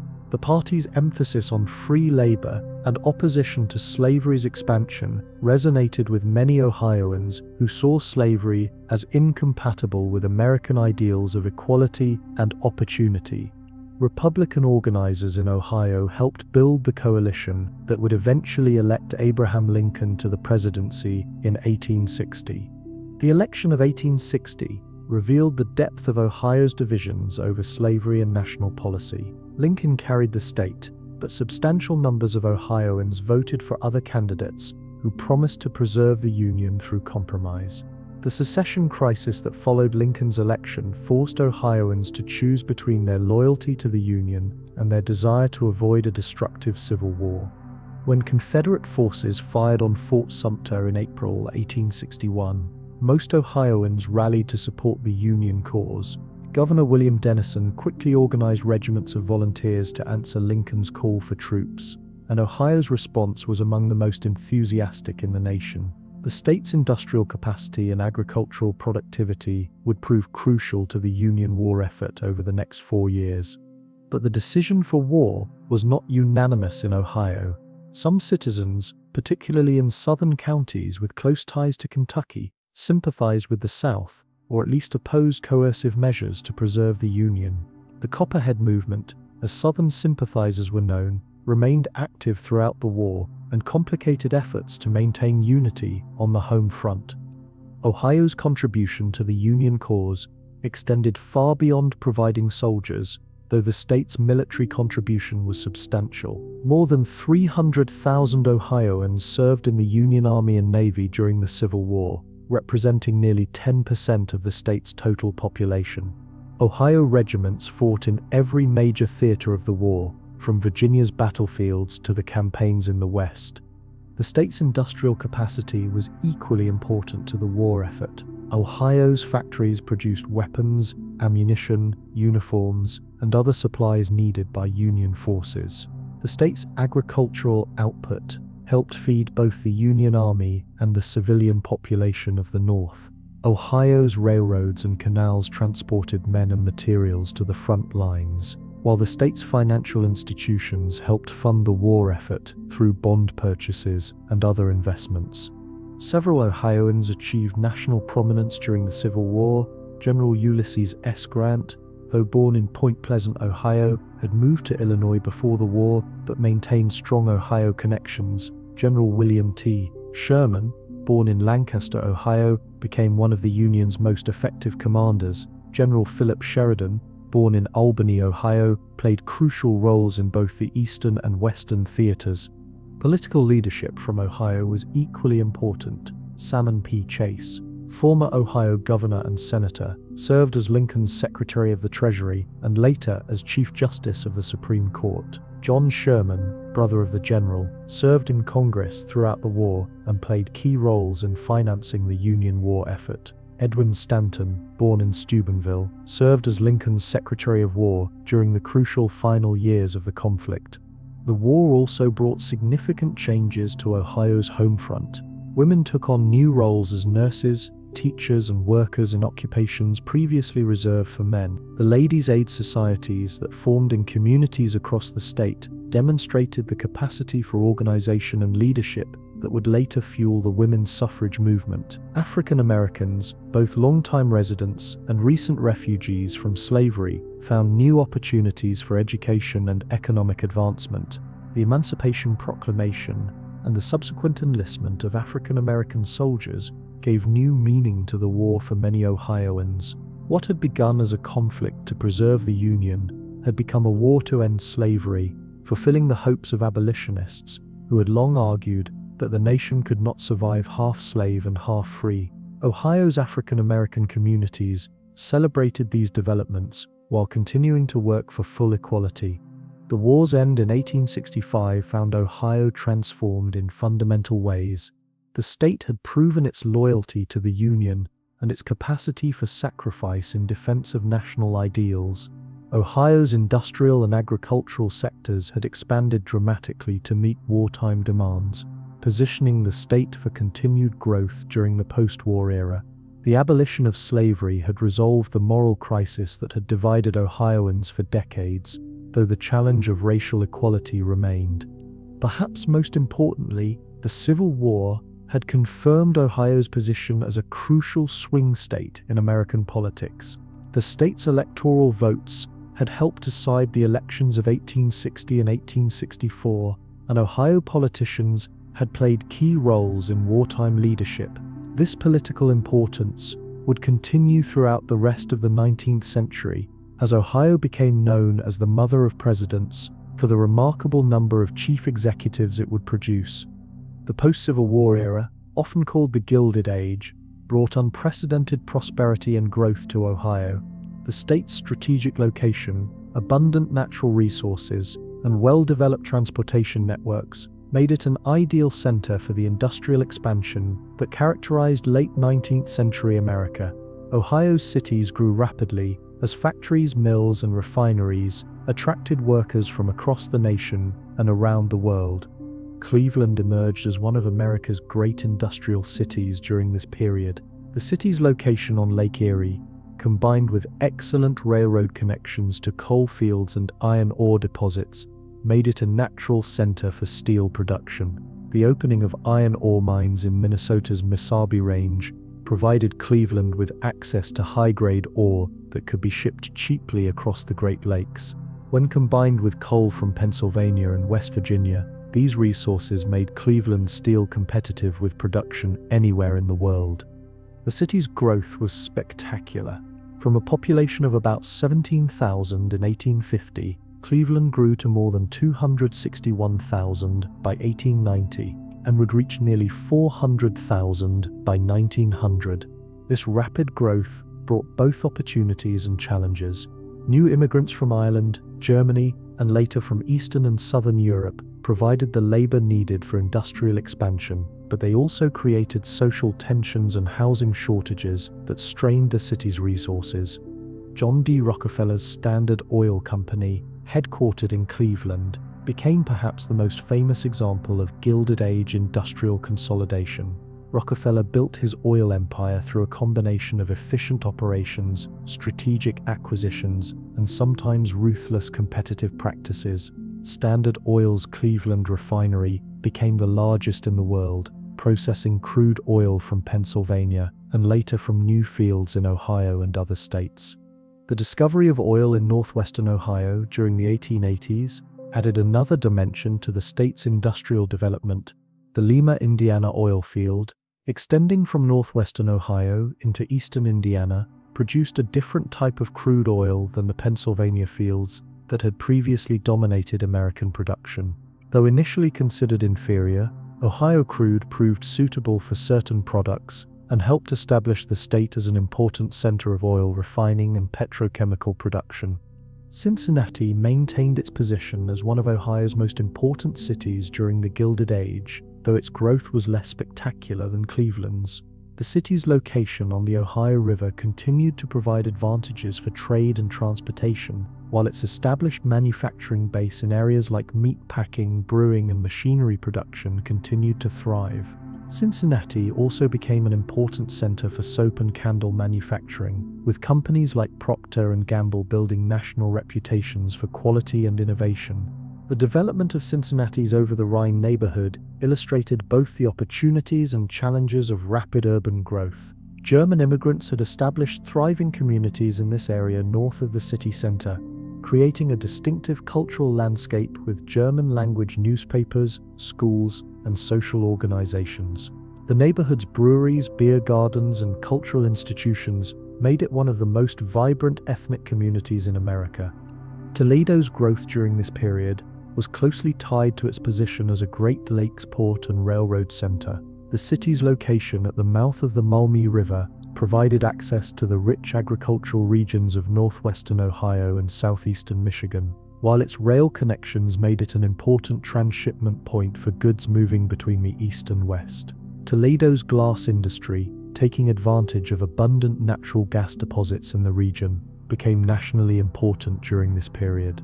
Akron's transformation from a canal town into an industrial center demonstrated the adaptability that characterized Ohio's urban development. The city's location along the Ohio and Erie Canal had made it an important transportation hub during the antebellum period, but the growth of rubber manufacturing during the late 19th century gave Akron a new identity. Companies like Goodyear and Firestone established major operations in the city, taking advantage of its transportation connections and available workforce. The rubber industry's growth was closely tied to the development of bicycles and later automobiles. As Americans embraced these new forms of transportation, the demand for rubber tires grew exponentially. Akron's rubber companies expanded rapidly, attracting workers from throughout the Midwest and South. The city became synonymous with tire manufacturing, a position it would maintain well into the 20th century. Dayton's industrial development during this period was characterized by innovation and diversification. The city became home to numerous small manufacturing companies producing everything from cash registers to precision machinery. The Wright brothers, Orville and Wilbur, operated a bicycle shop in Dayton while pursuing their experiments in flight, demonstrating the entrepreneurial spirit that characterized the city's industrial culture. Ohio's agricultural sector also prospered during the Gilded Age, though farming was increasingly overshadowed by industrial development. The state's fertile soils and favorable climate continued to produce abundant crops, while improved transportation made it possible to ship Ohio produce to markets throughout the nation. Dairy farming became increasingly important, particularly in northeastern Ohio, where proximity to growing urban markets made it profitable to specialize in milk production. The mechanization of agriculture proceeded rapidly during this period, with Ohio farmers among the early adopters of new farming equipment. Reapers, threshers, and other labor-saving devices made it possible to farm larger areas with fewer workers, freeing rural workers for employment in the growing industrial sector. This shift from agricultural to industrial employment represented a fundamental change in Ohio's economic structure. Labor organization became increasingly important as Ohio's industrial sector expanded. Workers in factories, mines, and mills began forming unions to improve their working conditions and wages. The Knights of Labor, founded in Pennsylvania, established numerous assemblies in Ohio during the 1870s and 1880s. Later, more specialized craft unions affiliated with the American Federation of Labor gained strength in Ohio's cities. Labor disputes sometimes turned violent, reflecting the tensions between workers seeking better conditions and employers trying to maintain competitive costs. The Great Railroad Strike of 1877 spread to Ohio cities like Cleveland and Columbus, where workers protested wage cuts and poor working conditions. State and federal troops were called in to restore order, but the underlying causes of labor unrest remained unresolved. The Haymarket Affair of 1886, though it occurred in Chicago, had reverberations throughout Ohio as workers organized to demand an 8-hour working day. May Day demonstrations in Cleveland, Cincinnati, and other Ohio cities drew thousands of participants, demonstrating the strength of labor organization in the state. These events helped establish Ohio as an important center of the American labor movement. Women's roles in Ohio society began changing significantly during the Gilded Age. While most women remained confined to domestic roles, increasing numbers found employment in factories, offices, and schools. The growth of department stores in Ohio's cities created new opportunities for women as salespeople and clerks. Teaching became increasingly feminized as communities sought to reduce education costs by hiring women at lower salaries than men typically demanded. The women's suffrage movement gained momentum in Ohio during this period. Leaders like Frances Willard, who served as president of the Women's Christian Temperance Union, argued that women needed the vote to protect their families and communities from the evils of alcohol and political corruption. Though Ohio women would not gain the right to vote until the 19th Amendment was ratified in 1920, the foundations for that victory were laid during the Gilded Age. Immigration transformed Ohio's ethnic composition during this period. While German and Irish immigrants continued to arrive, they were joined by increasing numbers of people from Eastern and Southern Europe. Polish, Italian, Hungarian, and Czech immigrants established communities in Ohio's industrial cities, often clustering in specific neighborhoods where they could maintain their cultural traditions while adapting to American life. These new immigrant communities faced significant challenges, including language barriers, discrimination, and economic exploitation. Many worked in dangerous industrial jobs for low wages, living in overcrowded housing near factories and mills. Yet they also brought valuable skills, cultural richness, and entrepreneurial energy that contributed to Ohio's continued growth and development. African American migration to Ohio accelerated during the late 19th century as economic opportunities in the state's cities attracted people seeking alternatives to the agricultural economy of the South. Cleveland, Cincinnati, and other Ohio cities developed substantial African American communities, complete with churches, businesses, and social organizations. However, racial discrimination remained a significant barrier to full participation in Ohio's economic and social life. The emergence of a small but significant African American middle class demonstrated the possibilities for advancement despite discrimination. Professionals like teachers, ministers, and business owners provided leadership for their communities while working to expand opportunities for all African Americans. The establishment of newspapers, like the Cleveland Gazette, gave voice to African American concerns and aspirations. Education became increasingly important as Ohio's economy grew more complex and technological. The state's public school system, mandated by the Constitution but inconsistently implemented during the early statehood period, began to develop more systematically. Urban school systems in particular expanded rapidly, offering not just basic literacy but also the technical and commercial skills needed in an industrial economy. Higher education also expanded significantly during this period. Ohio State University, founded in 1870 as a land-grant institution, grew rapidly and began developing programs in engineering, agriculture, and other practical fields. Private colleges and universities, many with religious affiliations, also flourished as Ohio's growing prosperity created both demand for higher education and resources to support it. The development of libraries, museums, and other cultural institutions reflected Ohio's growing sophistication and wealth. Andrew Carnegie's philanthropy supported the construction of public libraries in numerous Ohio communities, while wealthy industrialists like Henry Clay Frick and Charles Brush donated money for museums and cultural centers. These institutions helped establish Ohio's cities as centers of culture and learning, not just industrial production. Transportation continued to evolve during the Gilded Age, with railroads largely displacing canals as the primary means of moving goods and people. Ohio became a crucial hub in the national railroad network, with lines converging on Cleveland, Cincinnati, Columbus, and other major cities. The Pennsylvania Railroad, New York Central, Baltimore and Ohio, and other major lines competed fiercely for Ohio's freight and passenger traffic, driving down costs and improving service.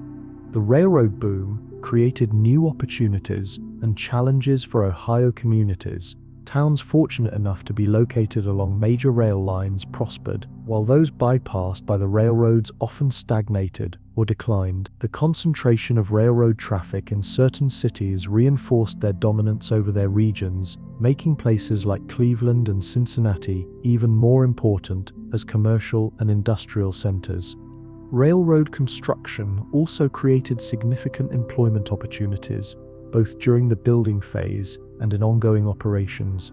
Irish and German immigrants found work laying track, building bridges, and operating trains. Railroad shops in cities like Columbus and Lima provided steady employment for skilled craftsmen who built and maintained locomotives and rolling stock. These facilities became important centers of mechanical innovation and technical expertise. The influence of railroads extended far beyond transportation. Railroad companies became some of Ohio's largest landowners, and their decisions about where to build lines and locate stations could make or break communities. Railroad executives wielded enormous political influence, often working closely with state and local governments to secure favorable legislation and public subsidies for their projects. As the 19th century drew to a close, Ohio had established itself as one of America's most important industrial states. The combination of natural resources, strategic location, transportation infrastructure, and human capital had created a powerful engine for economic growth. But this success came with costs that were becoming increasingly apparent to thoughtful observers. Environmental degradation was one obvious consequence of rapid industrialization. The skies above Cleveland and other industrial cities were often thick with smoke from steel mills and other factories. Rivers became polluted with industrial waste, affecting both water quality and fish populations. The great forests that had once covered much of Ohio had been largely cleared, replaced by farms, cities, and industrial facilities. Social problems accompanying industrialization were equally serious. The gap between rich and poor had widened dramatically, with industrial magnates like John D. Rockefeller accumulating vast fortunes while many workers struggled to make ends meet. Child labor was common in factories and mines, depriving young people of education and normal childhoods. Industrial accidents maimed and killed workers at alarming rates. Political corruption also became a serious problem as wealthy interests sought to influence government decisions. The close relationships between railroad companies and politicians sometimes resulted in legislation that benefited private interests at public expense. Municipal governments in rapidly growing cities often struggled to provide adequate services, creating opportunities for political machines that traded votes for favors. Yet Ohio also produced leaders who worked to address these problems.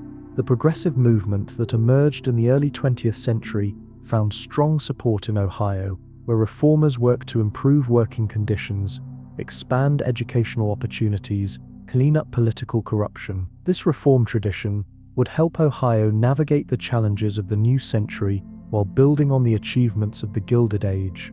The story of Ohio's rise to national prominence is perhaps best illustrated through the remarkable number of presidents the state produced during the late 19th and early 20th centuries. Between 1869 and 1923, 7 of the 12 men who served as president were born in Ohio, earning the state its nickname as the Mother of Presidents. This extraordinary concentration of political leadership reflected Ohio's growing importance in national affairs and the skills that frontier and industrial life had developed in its citizens. Ulysses S. Grant, though he had moved to Illinois before the Civil War, was born in Point Pleasant, Ohio, in 1822. His humble origins in a small Ohio river town seemed unlikely preparation for military genius and political leadership, yet Grant's experiences growing up on the frontier may have contributed to the practical problem-solving abilities that served him well as commanding general and president. Grant's presidency, from 1869 to 1877, coincided with Ohio's rapid industrial development. Though his administration was marred by scandals involving his associates, Grant himself maintained the personal integrity that had characterized his military service. His efforts to protect the civil rights of freed slaves reflected values that many Ohioans shared, even if his political skills proved inadequate to the complex challenges of Reconstruction. Rutherford B. Hayes, born in Delaware, Ohio, in 1822, brought a different set of qualities to the presidency. A lawyer and Civil War veteran, Hayes had served as governor of Ohio before winning the disputed presidential election of 1876. His administration marked the end of Reconstruction and the beginning of efforts to reform the federal civil service system. Hayes's presidency illustrated the growing influence of Ohio's educated middle class in national politics. His commitment to civil service reform and honest government reflected values that were becoming increasingly important to voters tired of political corruption. Though his single term was marked by economic difficulties and labor unrest, Hayes helped restore dignity to the presidency after the scandals of the Grant years. James A. Garfield represented another type of Ohio leader. Born in a log cabin in Orange Township in 1831, Garfield embodied the American dream of rising from poverty to prominence through education and hard work. He worked as a canal boatman, teacher, and preacher before studying law and entering politics. His assassination after only 4 months in office cut short what might have been a transformative presidency. Garfield's brief time in office highlighted the ongoing struggle over civil service reform and the proper role of government in an increasingly complex industrial society. His death at the hands of a disappointed office seeker helped build support for the civil service reforms that would be implemented during subsequent administrations. Chester A. Arthur, who succeeded Garfield, was actually born in Vermont, but Benjamin Harrison, elected in 1888, was a genuine Ohio product, born in North Bend in 1833. Harrison's presidency coincided with the height of the Gilded Age, and he presided over significant expansions of federal power and spending. The Sherman Antitrust Act and the McKinley Tariff were both signed during his administration, reflecting growing concerns about monopolistic business practices and foreign competition. Harrison's defeat for re-election in 1892 marked a temporary interruption in Ohio's dominance of the presidency, but William McKinley's victory in 1896 restored an Ohioan to the White House. Born in Niles, Ohio, in 1843, McKinley had served as a Civil War officer, lawyer, and congressman before winning the presidency on a platform of protective tariffs and sound money. McKinley's presidency marked America's emergence as a world power through victory in the Spanish-American War and the acquisition of overseas territories. assassination in 1901 by an anarchist in Buffalo, New York, shocked the nation and brought Theodore Roosevelt to power. McKinley's death marked the end of an era in which Ohio politicians had dominated American politics for more than 3 decades. The final Ohio president of this remarkable era was Warren G. Harding, born in Blooming Grove, Ohio, in 1865. Harding's election in 1920 represented a reaction against the progressive reforms and international entanglements of the Wilson years. His campaign promise of a return to normalcy appealed to voters exhausted by war and social upheaval. Harding's presidency was cut short by his death in 1923, but his administration was already being tainted by scandals involving his appointees. The Teapot Dome scandal and other corruption cases reminded Americans that Ohio politicians, like those from other states, were susceptible to the temptations of power and wealth. What made Ohio such fertile ground for presidential candidates during this period? Several factors seem to have contributed to the state's remarkable political productivity. Ohio's position as a swing state in presidential elections meant that politicians who could win there had demonstrated broad appeal across different regions and interest groups. The state's diverse economy, including both agricultural and industrial sectors, required political leaders who could understand and represent varied constituencies. The frontier experience that shaped many of these Ohio presidents may also have been important. Growing up in a society where success depended on individual initiative, practical problem solving, and community cooperation may have developed skills that proved valuable in national leadership. The relative equality of frontier society, where birth and family connections mattered less than individual ability, may have encouraged the kind of democratic values that appealed to American voters. Ohio's educational institutions also played a role in preparing political leaders. The state's commitment to public education, reflected in its constitution and implemented through local school systems, created an unusually literate and informed citizenry.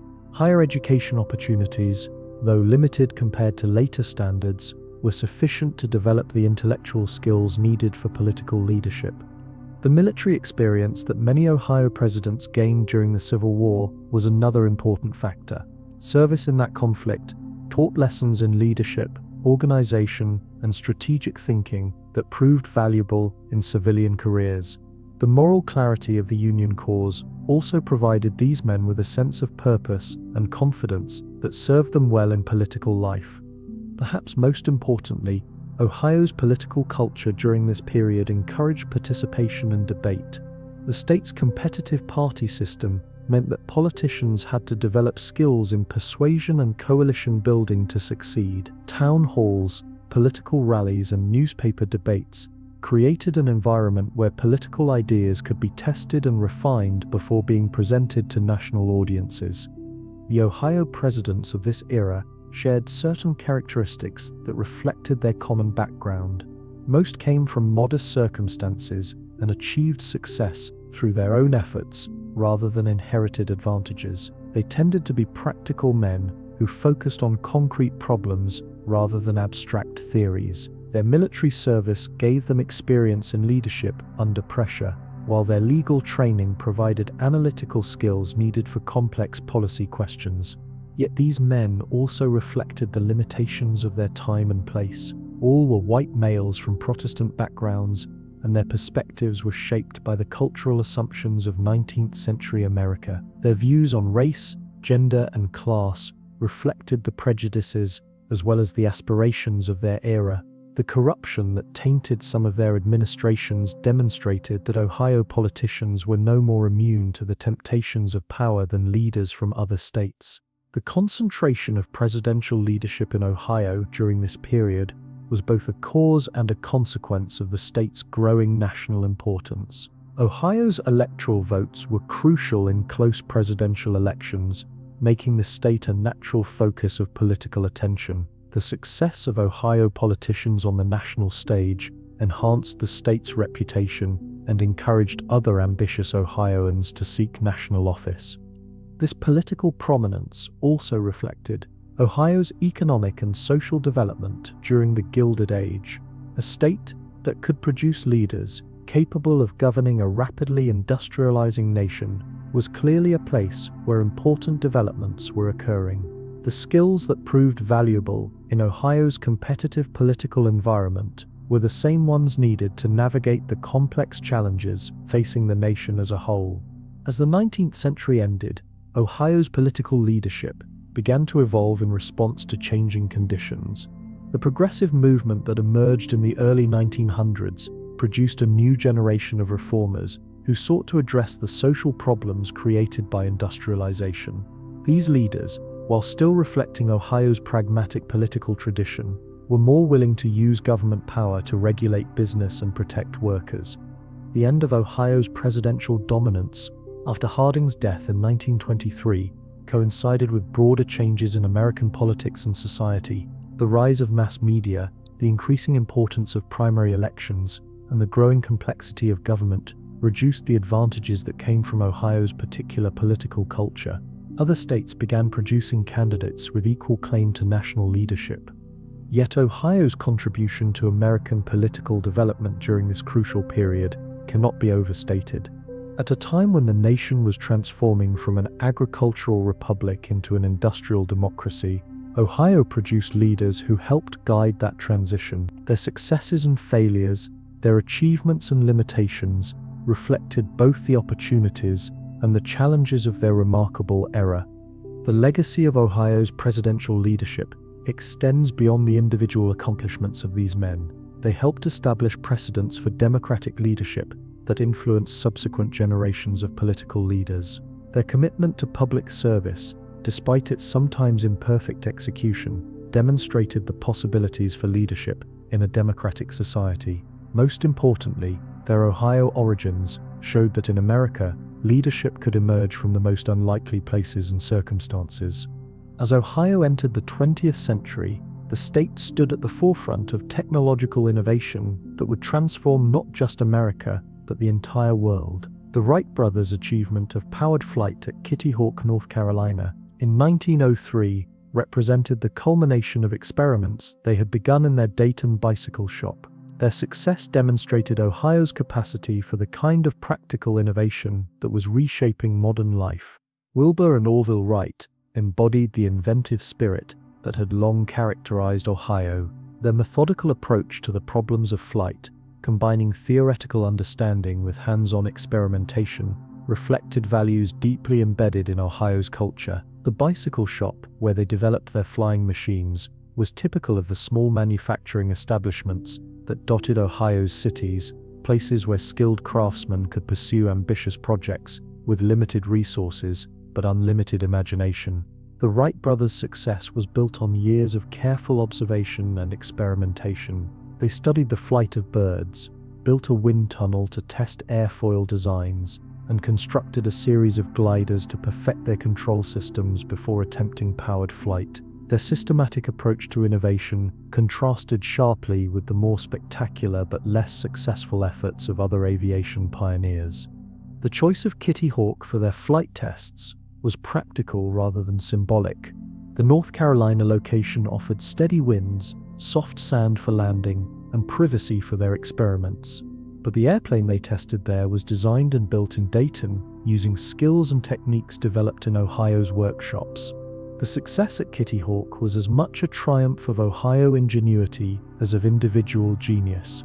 The Wright brothers' achievement had immediate implications for Ohio's economy and reputation. Dayton became a center of aviation development as other inventors and entrepreneurs sought to build on the Wrights' pioneering work. The city's existing base of precision manufacturing and mechanical expertise made it a natural location for the emerging aircraft industry. But the Wrights were not the only Ohio innovators making history during this period. Thomas Edison, though born in Ohio and spending his early years in Milan, had established his famous laboratory in New Jersey. His inventions, including the incandescent light bulb, phonograph, and motion picture camera, revolutionized daily life and created entirely new industries. Edison's approach to invention, combining scientific principles with practical applications, influenced countless other inventors. Charles Kettering, working in Dayton for the National Cash Register Company, and later for General Motors, developed innovations that transformed the automobile industry. His electric starter eliminated the dangerous and difficult process of hand-cranking automobile engines, making cars accessible to a much broader range of users. Kettering's work on automotive electrical systems, paints and fuels helped establish Ohio as a center of automotive technology. The Dayton Engineering Laboratories Company, known as Delco, became one of Ohio's most important technology companies. Founded by Kettering and others, Delco specialized in electrical and ignition systems for automobiles, eventually becoming a major supplier to General Motors and other manufacturers. The company's success demonstrated Ohio's ability to move beyond basic manufacturing into high-technology industries. Ohio's industrial base provided crucial support for these innovations. The state's steel mills, machine shops, and chemical plants could produce the materials and components needed for new technologies. The concentration of manufacturing expertise in cities like Cleveland, Akron, and Cincinnati created networks of suppliers and contractors who could support ambitious development projects. Educational institutions also played important roles in fostering innovation. Case Institute of Technology in Cleveland, founded in 1880, trained engineers and scientists who contributed to Ohio's technological development. The University of Cincinnati's Cooperative Education Program, established in 1906, created connections between academic research and industrial practice that benefited both students and employers. The rubber industry in Akron demonstrated Ohio's capacity for innovation in established industries as well as emerging ones. Companies like Goodyear, Firestone, and General Tire developed new processes for manufacturing rubber products and new applications for rubber technology. The pneumatic tire perfected in Akron factories made possible the automobile revolution that was transforming American society. Akron's rubber companies also pioneered new approaches to industrial organization and worker relations. Some firms experimented with profit-sharing plans, company housing, and other programs designed to attract and retain skilled workers. These innovations in human relations were as important as technological advances in maintaining Ohio's industrial competitiveness. The automobile industry itself had important Ohio connections beyond Kettering's innovations.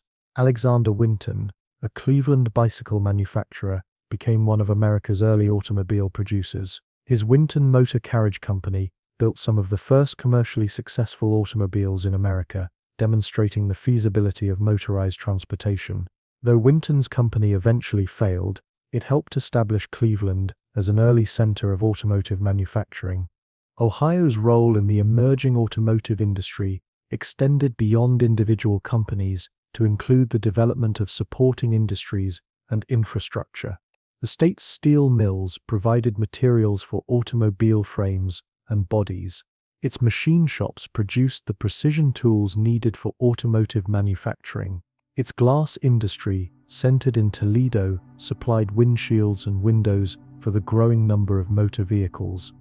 The petroleum industry also benefited from Ohio's innovative capacity. The discovery of natural gas deposits in northwestern Ohio led to the development of new extraction and processing techniques. Companies like Toledo Gas and Oil Company pioneered methods for finding and developing oil and gas fields that were later applied in other regions. The state's refining industry adapted to handle different types of crude oil and to produce the gasoline needed for automobiles. Chemical manufacturing became increasingly important in Ohio during this period. The state's salt deposits provided raw materials for chemical production, while its transportation infrastructure made it possible to bring in other needed materials from distant locations.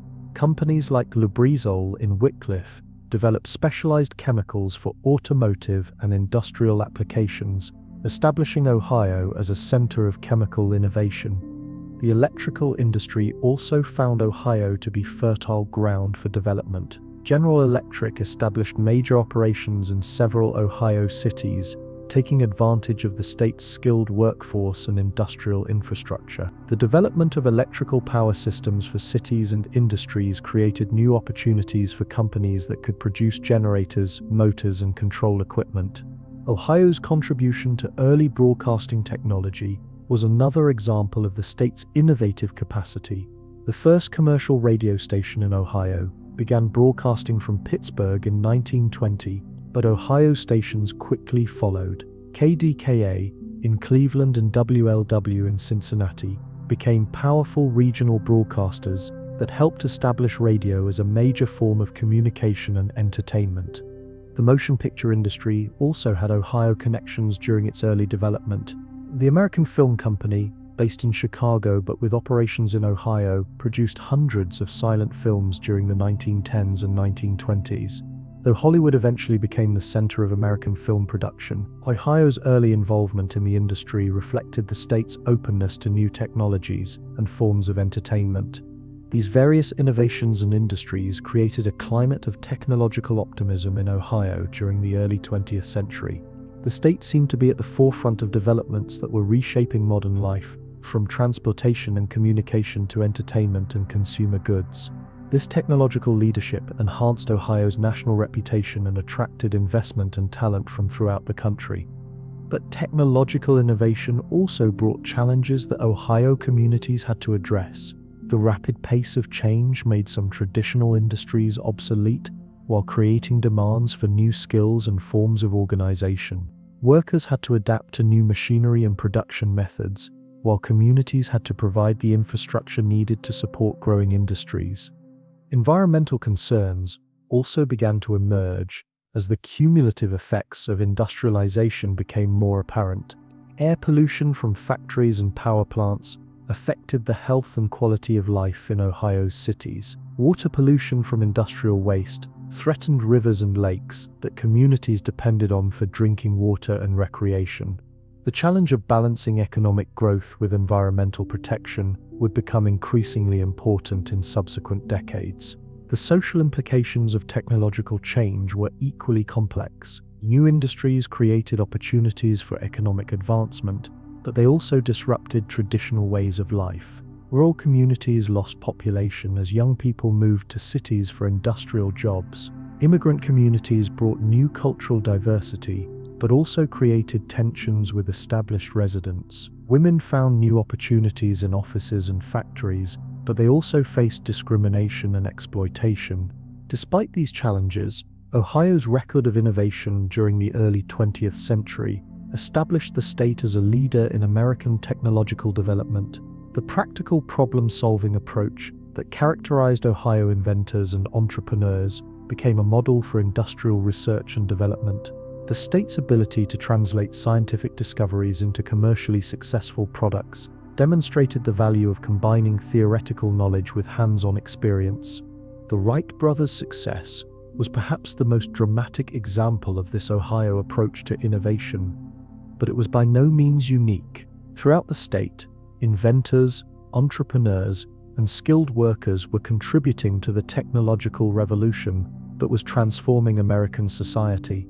Their achievements helped establish Ohio as a center of American industrial and technological leadership, a position the state would maintain well into the 20th century. As Ohio entered the 1920s, the state seemed to embody the technological optimism and economic prosperity that characterized the decade. The automobile industry was booming, providing markets for Ohio's steel, rubber, and glass. The aviation industry, born in Dayton, was beginning to develop commercial applications. Radio broadcasting was creating new forms of entertainment and communication that connected Ohio communities to the wider world. Yet beneath this surface prosperity, changes were occurring that would soon test Ohio's resilience and adaptability. The agricultural sector was struggling with overproduction and falling prices. Some traditional industries were facing increased competition from other regions. The concentration of industrial ownership was creating new forms of economic power that challenged traditional assumptions about competition and opportunity. The stock market crash of 1929 and the Great Depression that followed would soon reveal the vulnerabilities that accompanied Ohio's industrial success. But the foundation of technological innovation and practical problem-solving that had been built during the early 20th century would prove crucial in helping the state navigate the challenges that lay ahead. The prosperity and optimism that characterized Ohio during the 1920s came to a crashing halt with the stock market collapse of October 1929. The Great Depression that followed tested Ohio's industrial economy more severely than any previous crisis, revealing the vulnerabilities that came with the state's dependence on heavy manufacturing and exposing the harsh realities faced by working families when economic systems failed. Ohio's industrial cities were hit particularly hard by the economic collapse. Steel mills in Cleveland, Youngstown, and other centers of heavy industry reduced production drastically or shut down entirely as demand for their products evaporated. The automobile industry, which had been one of the most dynamic sectors of the economy, saw production plummet as consumers could no longer afford new cars. Akron's rubber plants laid off thousands of workers as tire sales collapsed, along with automobile production. The human cost of these industrial shutdowns was staggering. By 1933, nearly 40% of Ohio's industrial workers were unemployed, and many others were working reduced hours or accepting lower wages just to keep their jobs. Entire neighborhoods and industrial cities became virtual ghost towns as families lost their homes and were forced to seek shelter wherever they could find it. Cleveland's experience during the Depression illustrated the magnitude of the crisis facing Ohio's urban areas. The city's population had grown to nearly 900,000 by 1930, supported by a diversified industrial base that included steel, automobiles, and chemical production. But when the Depression hit, this industrial diversity provided little protection against economic collapse. Major employers like Republic Steel and White Motor Company drastically reduced their workforces, while smaller manufacturers often closed permanently. The city's financial situation became desperate as property tax revenues declined and demands for relief services soared. Cleveland teetered on the edge of bankruptcy several times during the early 1930s, saved only by federal intervention and emergency borrowing arrangements. The municipal government struggled to provide basic services while trying to assist the growing number of destitute residents. Cincinnati faced similar challenges, though its more diversified economy provided somewhat better resilience against the worst effects of the Depression. The city's traditional industries, including soap manufacturing and meat packing, continued to operate at reduced levels since people still needed these basic products. However, unemployment remained high, and social tensions increased as different ethnic and racial groups competed for scarce jobs. Akron's situation was particularly acute because of the city's heavy dependence on rubber manufacturing. When automobile production collapsed, demand for tires fell dramatically, forcing major rubber companies to lay off most of their workers. The city that had once been synonymous with American industrial might became a symbol of economic devastation, with unemployment rates reaching levels that seemed impossible just a few years earlier. Rural Ohio faced different but equally serious challenges during the Depression. Farm prices had been declining throughout the 1920s, and the economic collapse made the situation much worse. Wheat, corn, and other staple crops sold for prices that were often below the cost of production, forcing many farmers into bankruptcy or foreclosure. The Dust Bowl conditions that affected parts of the Great Plains also impacted some areas of Ohio, adding environmental disaster to economic hardship.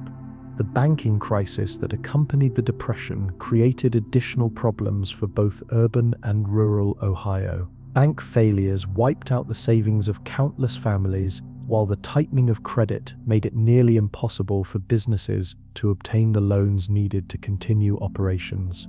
The collapse of local banks particularly affected small towns and rural areas, which often depended on a single institution for all their financial services.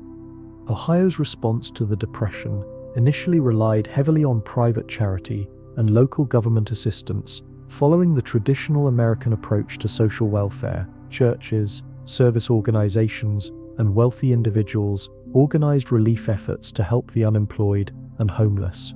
But the scale of the crisis quickly overwhelmed these traditional sources of assistance, making it clear that more substantial intervention would be necessary.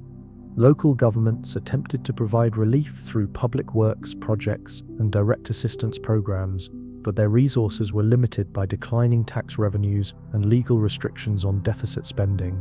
Cities like Cleveland and Cincinnati established soup kitchens and homeless shelters, but these facilities were quickly overwhelmed by the number of people seeking help.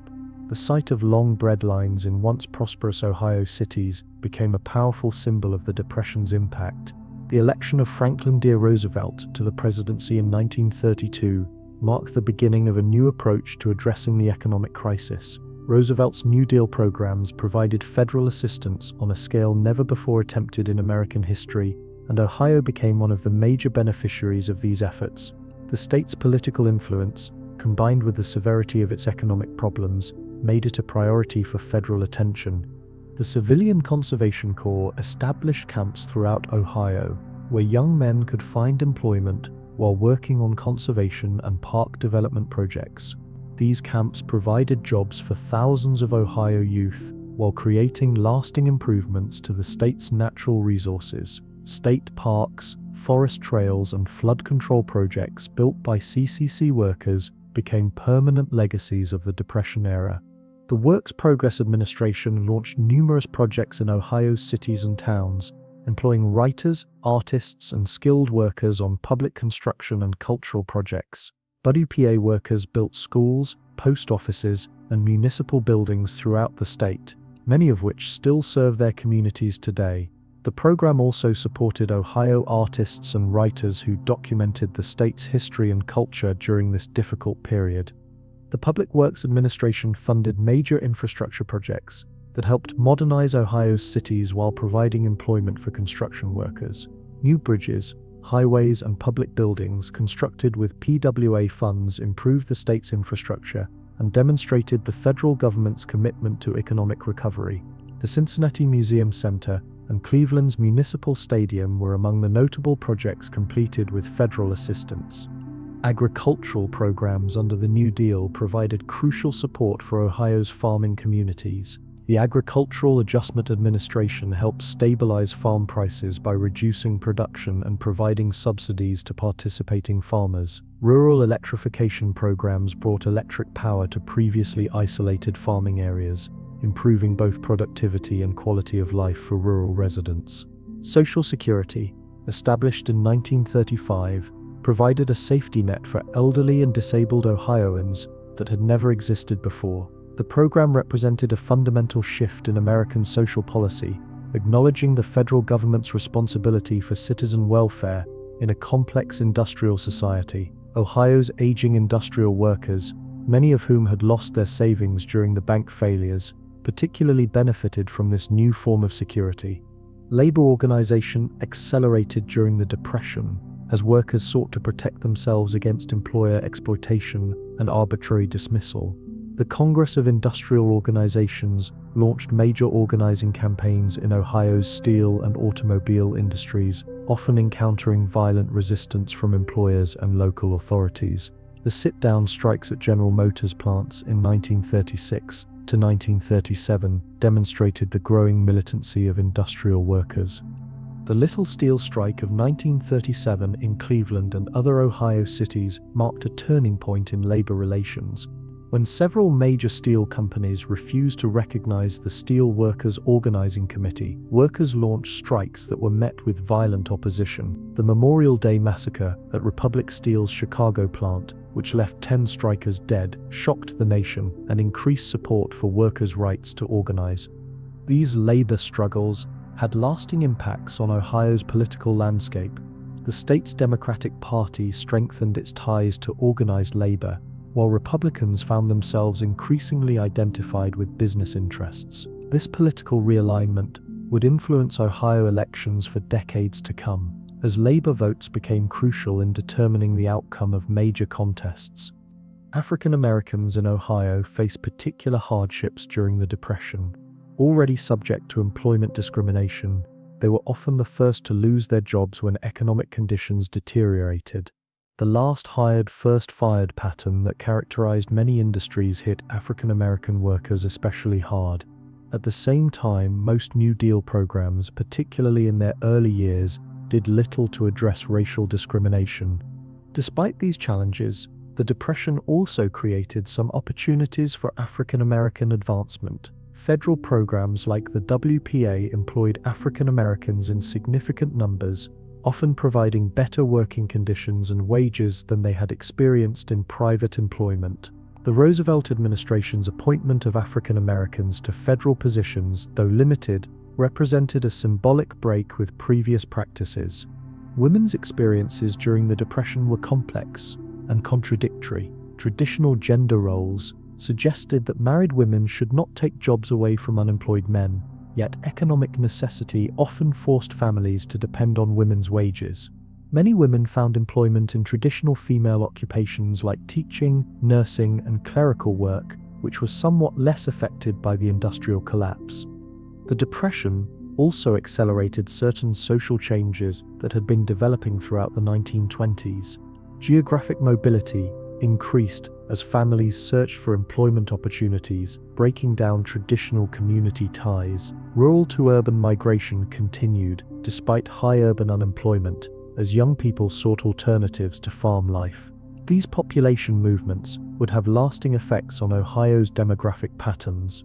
Popular culture provided important psychological relief from the hardships of the Depression. Radio broadcasting, which had expanded rapidly during the 1920s, became even more important as a source of entertainment and information.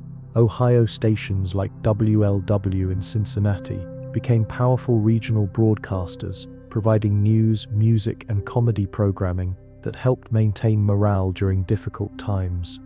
Movies also provided escape from Depression realities, and Ohio cities maintained thriving entertainment districts despite economic hardships. The elaborate movie palaces built during the 1920s continued to attract audiences seeking temporary relief from their troubles. Hollywood's glamorous portrayals of American life offered hope that better times might return. Sports became particularly important as a form of community identity and pride during the Depression. Professional teams in Cleveland, Cincinnati, and Columbus provided focal points for civic loyalty that helped maintain community cohesion during difficult times. High school and college sports also thrived, offering young people opportunities for achievement and recognition despite economic constraints. By the late 1930s, economic conditions in Ohio were beginning to improve, though full recovery would not come until the onset of World War II. New Deal programs had provided crucial assistance during the worst years of the crisis, while also creating infrastructure and institutions that would support future growth. Perhaps most importantly, the Depression had demonstrated the resilience and adaptability of Ohio's people in the face of unprecedented challenges. The lessons learned during the Depression would influence Ohio's approach to economic development for decades to come. The importance of economic diversification became clear as communities that had depended too heavily on single industries suffered the most severe hardships. The role of government in providing economic stability and social welfare was permanently expanded, creating expectations that would shape future policy debates. Labor organization emerged from the Depression significantly strengthened, with unions playing important roles in Ohio's major industries. This development would influence not only wages and working conditions, but also political alignments and social policies throughout the mid-20th century. The experience of economic collapse and recovery had forged new relationships between workers, employers, and government that would define Ohio's industrial landscape for generations.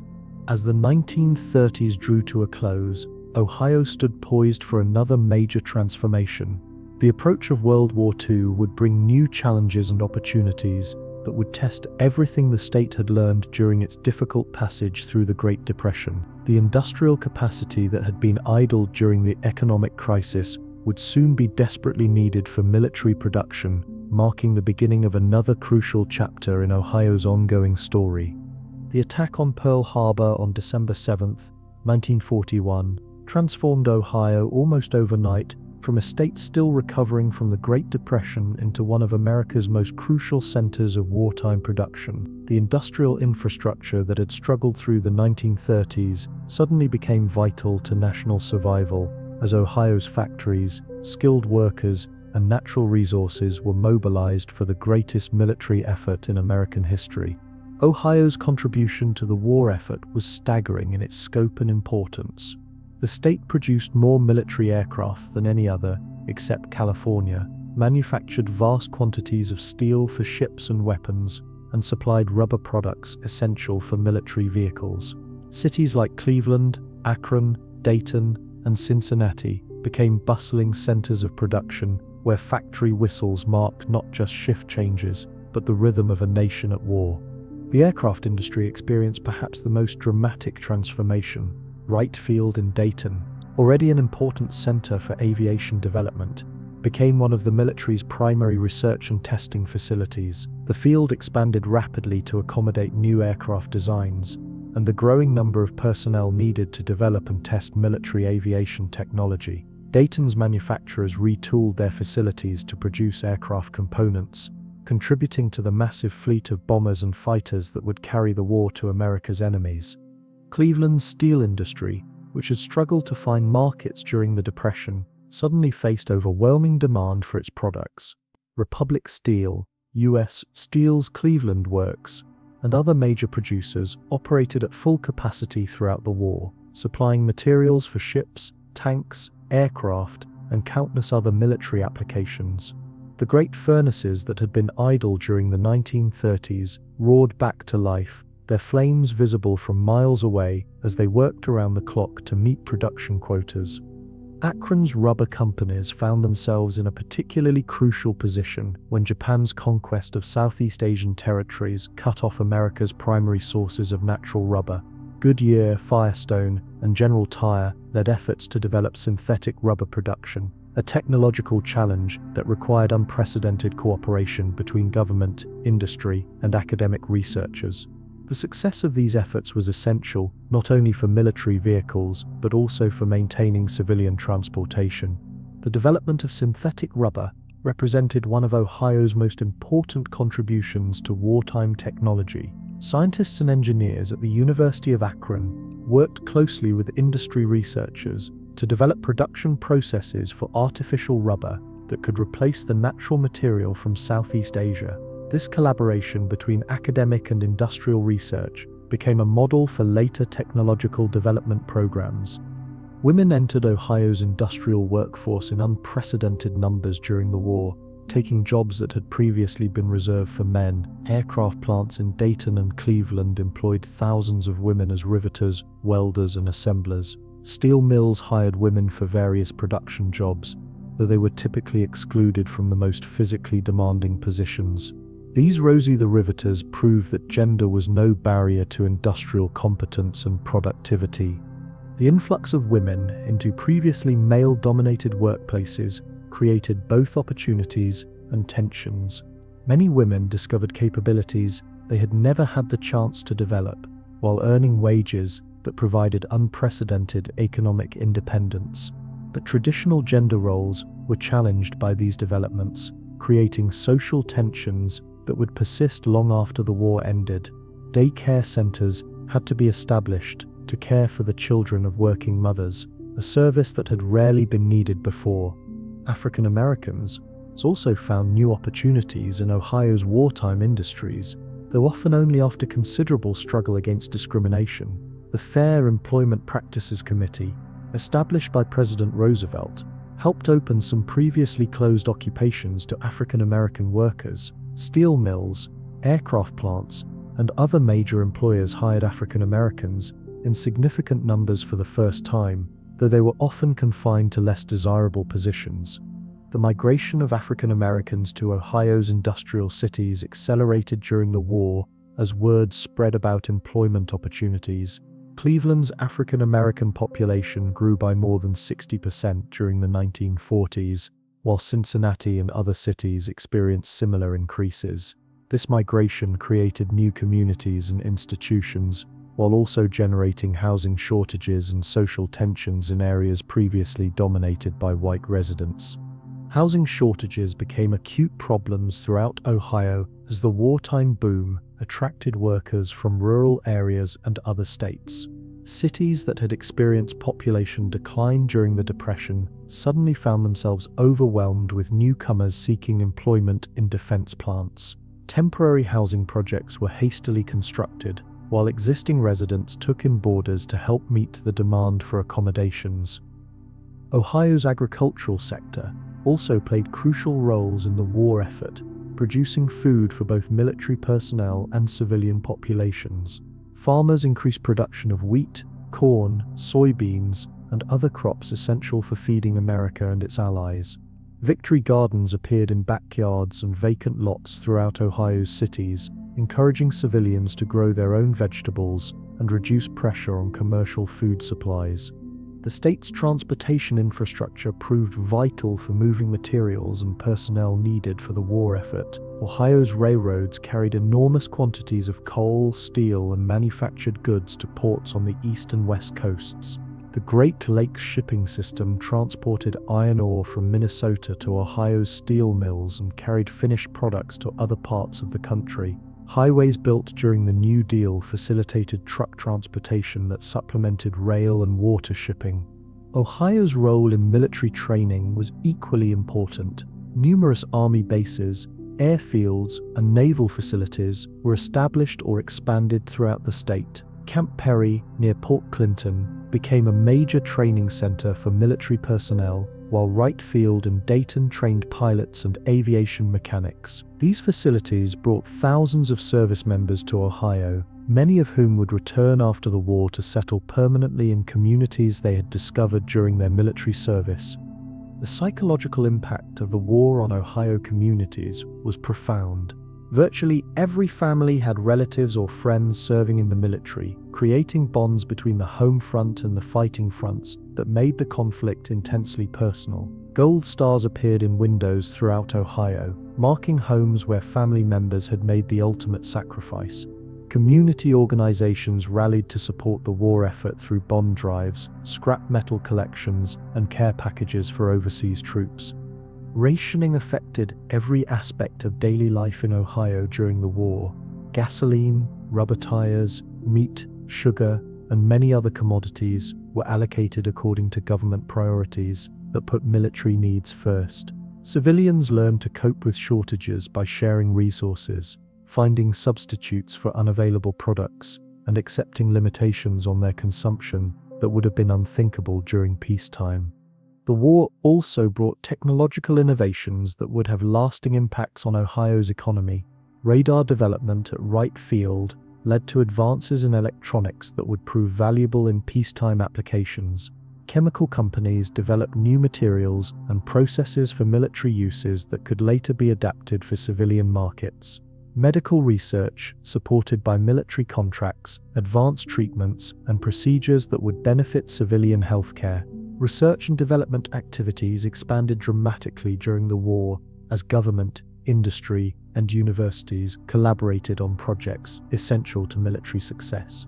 Case Institute of Technology in Cleveland, the University of Cincinnati, and Ohio State University all participated in defense research programs. These collaborations established patterns of cooperation between academic and industrial research that would continue after the war ended. The end of the war in 1945 brought both celebration and anxiety to Ohio. Communities rejoiced at the return of peace and the homecoming of military personnel, but there were also concerns about whether the economy could sustain full employment without military contracts.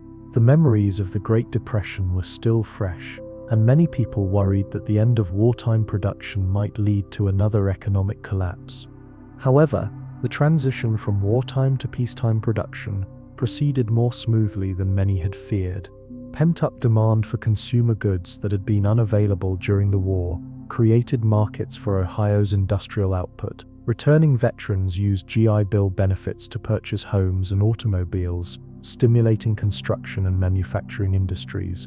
The suburbs that had begun developing before the war expanded rapidly as families sought new housing outside crowded urban centers. The post-war boom transformed Ohio's landscape in fundamental ways. Suburban communities sprouted around major cities, connected by new highways that made commuting practical for middle-class families. Shopping centers replaced downtown business districts as the primary retail locations for many communities. Drive-in restaurants, movie theaters, and other businesses adapted to the automobile-oriented lifestyle that characterized post-war America. Veterans returning from overseas service brought new perspectives and expectations that influenced Ohio's social and cultural development. Many had seen different ways of life during their military service and were less willing to accept traditional limitations and restrictions. The GI Bill provided educational opportunities that allowed veterans to pursue careers that would have been impossible without government assistance. This investment in human capital paid enormous dividends for Ohio's economy and society. Women who had entered the workforce during the war faced difficult choices about their post-war roles. Many were pressured to give up their jobs to returning veterans, reflecting traditional assumptions about gender roles and family responsibilities. Yet the wartime experience had demonstrated women's capabilities in previously male occupations, creating expectations and aspirations that could not easily be suppressed. The tension between traditional roles and new possibilities would influence gender relations for decades to come. African Americans who had found new opportunities during the war were similarly reluctant to accept pre-war limitations on their advancement. Military service had provided experiences of greater equality, while wartime employment had demonstrated their capabilities in skilled occupations. The contradiction between fighting for democracy overseas while accepting segregation at home became increasingly difficult to sustain.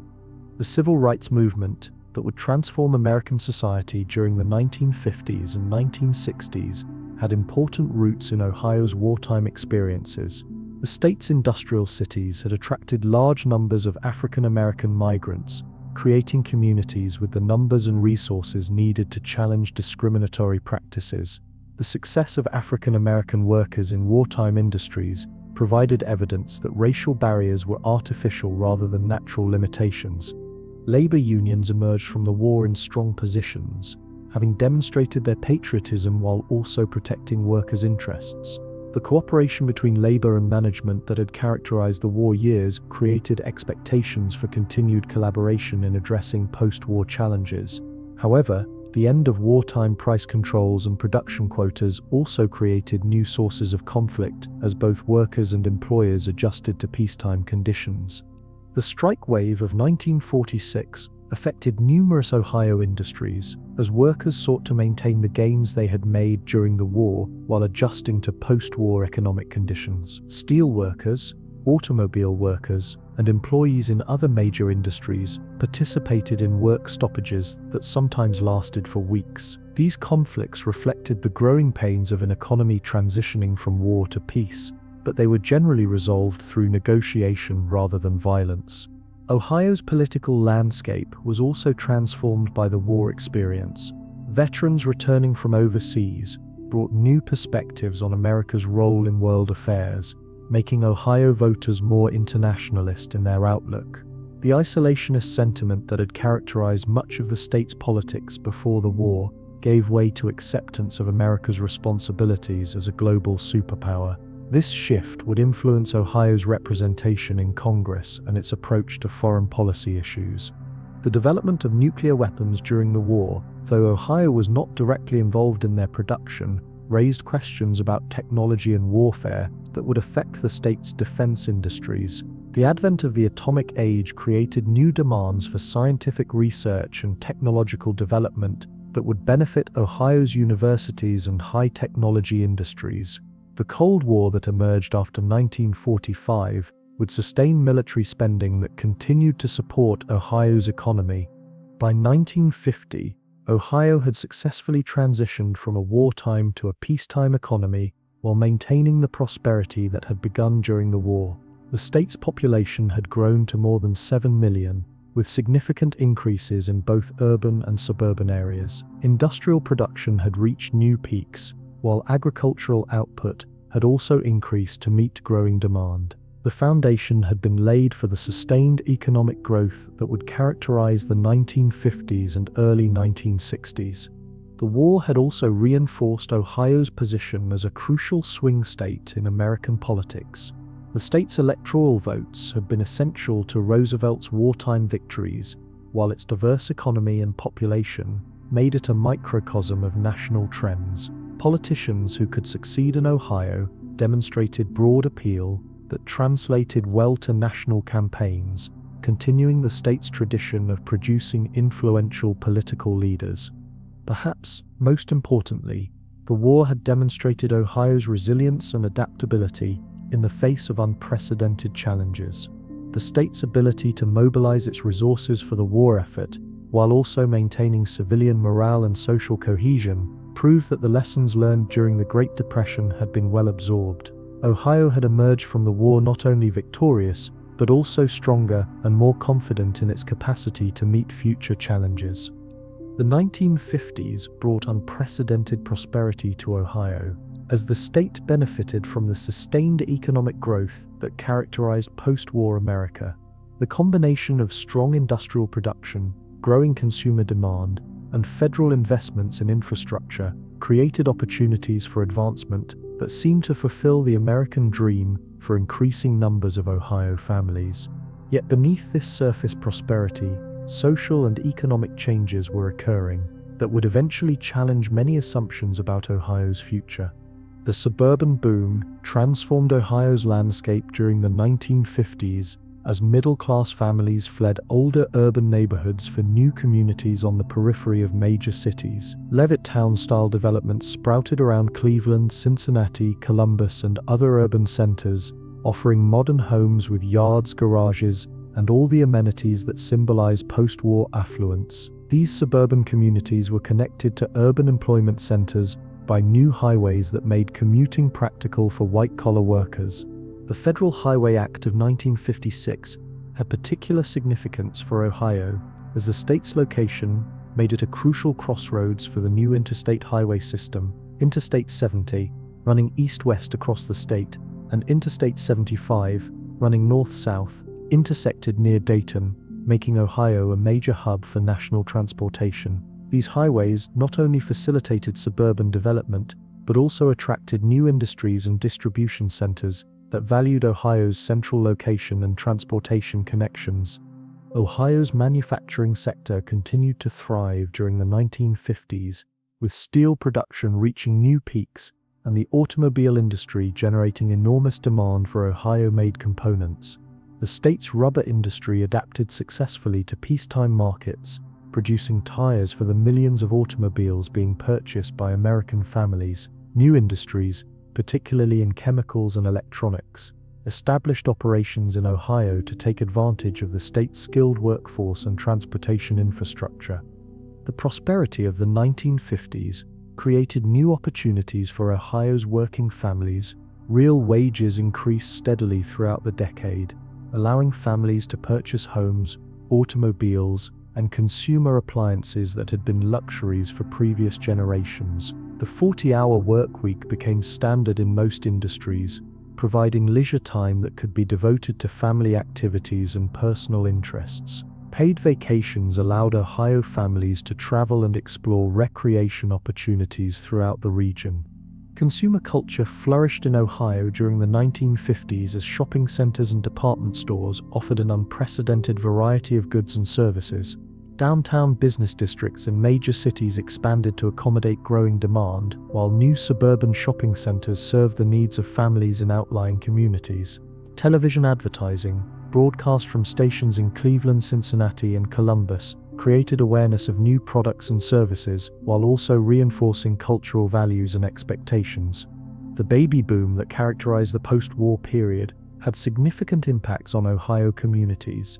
School enrollment increased dramatically, requiring new construction and additional teachers to serve growing student populations. Suburban communities that had been built for young families found themselves needing to develop educational, recreational, and cultural facilities to meet their residents' needs. The expansion of higher education accelerated as college enrollment grew and new programs were established to meet changing economic demands.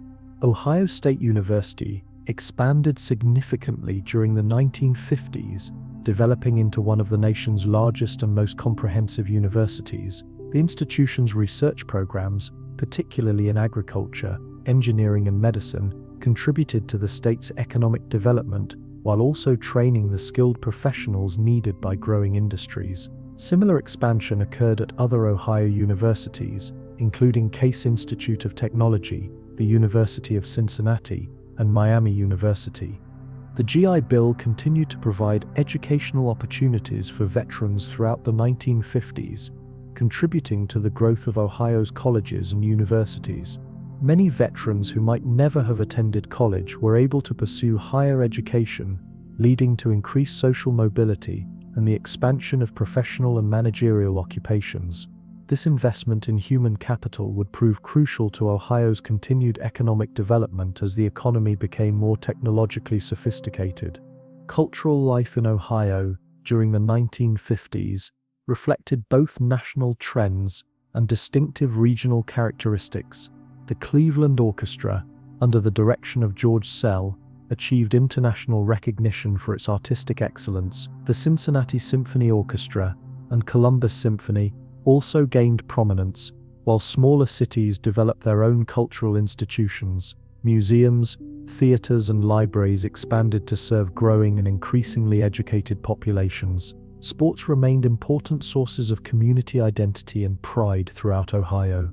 The Cleveland Browns, Cincinnati Reds, and other professional teams provided focal points for regional loyalty and civic pride. High school football became particularly important in smaller communities, where Friday night games served as major social events that brought together people from all segments of the community. College sports, particularly Ohio State football, generated statewide enthusiasm that transcended regional boundaries. The civil rights movement began to gain momentum in Ohio during the 1950s, challenging segregation and discrimination that had limited opportunities for African Americans despite the state's Free State heritage. The Supreme Court's decision in Brown v. Board of Education affected Ohio school districts, many of which had maintained de facto segregation despite official policies of integration. Civil rights organizations in Cleveland, Cincinnati, and other cities organized campaigns to end discrimination in employment, housing, and public accommodations. Ohio's African American communities had grown substantially during and after World War II, creating the critical mass needed to challenge discriminatory practices effectively. The success of African American workers in wartime industries had demonstrated their capabilities, while military service had provided experiences of greater equality that made post-war discrimination more difficult to accept. Churches, labor unions, and civil rights organizations provided institutional bases for organizing civil rights campaigns.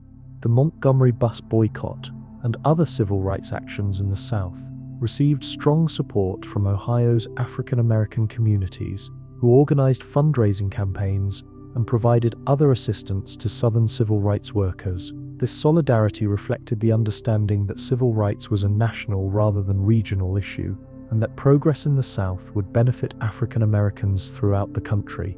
Women's roles in 1950s Ohio reflected the tensions between traditional expectations and the new possibilities that had emerged during World War II. Many women who had worked in defense plants during the war returned to domestic roles after 1945, reflecting both social pressures and their own desires to focus on family life after years of separation and sacrifice. Yet the experience of wartime employment had demonstrated capabilities that could not be easily forgotten. The suburban lifestyle that characterized 1950s Ohio was built around assumptions about traditional gender roles, with men commuting to jobs in the city while women managed households and raised children in suburban communities. This pattern worked well for many families and reflected genuine choices about how to organize domestic life. However, it also created isolation and frustration for some women who sought more opportunities for personal fulfillment and career advancement. The emergence of television as a dominant form of entertainment had particular significance for Ohio as the state became an important center for television production and broadcasting. EOLW-TV in Cincinnati and other Ohio stations pioneered programming formats that would influence national television development. Local television personalities became regional celebrities, while national programs broadcast from Ohio reached audiences throughout the Midwest. Television also reinforced cultural trends toward standardization and national integration that were transforming Ohio communities. Local traditions and regional differences became less distinctive as families throughout Ohio watched the same programs and absorbed the same cultural messages. This standardization had both positive and negative effects, reducing parochialism while also diminishing the cultural diversity that had previously characterized different parts of the state. Religious life in Ohio during the 1950s reflected both traditional patterns and new developments. Mainline Protestant denominations continued to serve established communities, while Catholic churches expanded to serve growing immigrant populations. The suburban boom led to extensive church construction as new communities sought to establish religious institutions. Interfaith cooperation increased as communities worked together on social and civic projects. The Cold War had significant impacts on Ohio throughout the 1950s, as the state's defense industries adapted to the requirements of nuclear-age warfare. Wright-Patterson Air Force Base near Dayton became a major center for aerospace research and development, while defense contractors throughout Ohio worked on projects related to missiles, electronics, and nuclear technology. The space race that began with the Soviet launch of Sputnik in 1957 created new opportunities for Ohio's high-technology industries. Fear of communism influenced Ohio politics and social life throughout the decade, as McCarthyism and other anti-communist movements gained support in some communities. Labor unions, universities, and other institutions faced pressure to demonstrate their loyalty and opposition to communist influence. These pressures sometimes stifled legitimate political debate and academic freedom, reflecting the anxieties that accompanied America's emergence as a global superpower. Yet Ohio's democratic traditions generally proved resilient in the face of these pressures. The state's competitive political system encouraged debate and discussion of public issues, while its ethnic and religious diversity created constituencies that valued tolerance and pluralism. Educational institutions maintained their commitments to academic freedom despite external pressures, while labor unions defended their members against unfair accusations and persecution. By the end of the 1950s, Ohio appeared to be thriving as never before. Industrial production continued to grow, unemployment remained low, and living standards reached new heights for most of the state's residents. The suburban communities that had sprouted around major cities seemed to represent the fulfillment of American dreams about prosperity, mobility, and opportunity. Educational and cultural institutions had expanded to serve growing populations, while transportation and communication infrastructure connected Ohio more closely to national markets and networks. Yet careful observers could detect signs of challenges that would become more apparent in subsequent decades. Ohio's industrial base was beginning to show signs of age, with some facilities becoming obsolete compared to newer plants in other regions or countries. The migration of African Americans from the South was creating urban concentrations that strained housing and social services while also generating racial tensions. The suburban development that characterized the decade was creating new forms of social segregation based on income and race. The prosperity of the 1950s had also created expectations about continued growth and opportunity that would prove difficult to sustain in later decades. Ohio's workers, businesses, and communities had become accustomed to steady increases in living standards and economic opportunity. When these trends began to reverse in the 1960s and 1970s, the adjustments would prove more difficult because of the high expectations that had been created during the post-war boom. Despite these emerging challenges, the 1950s represented a crucial period of growth and development that established foundations for Ohio's modern economy and society. The investments in education, infrastructure, and technology made during this decade would provide resources for addressing future challenges. The social and cultural changes that occurred during the 1950s, while sometimes creating tensions, also expanded opportunities and possibilities for Ohio's diverse population. The decade had demonstrated both Ohio's potential and its vulnerabilities as it prepared to face the more turbulent years that lay ahead. The 1960s brought upheaval and transformation to Ohio that challenged many assumptions about the state's future direction. The civil rights movement, anti-war protests, urban unrest, and economic changes that characterized the decade forced Ohioans to confront difficult questions about equality, opportunity, and the kind of society they wanted to create. The optimism and prosperity of the 1950s gave way to a more complex and uncertain era that tested the state's resilience and adaptability.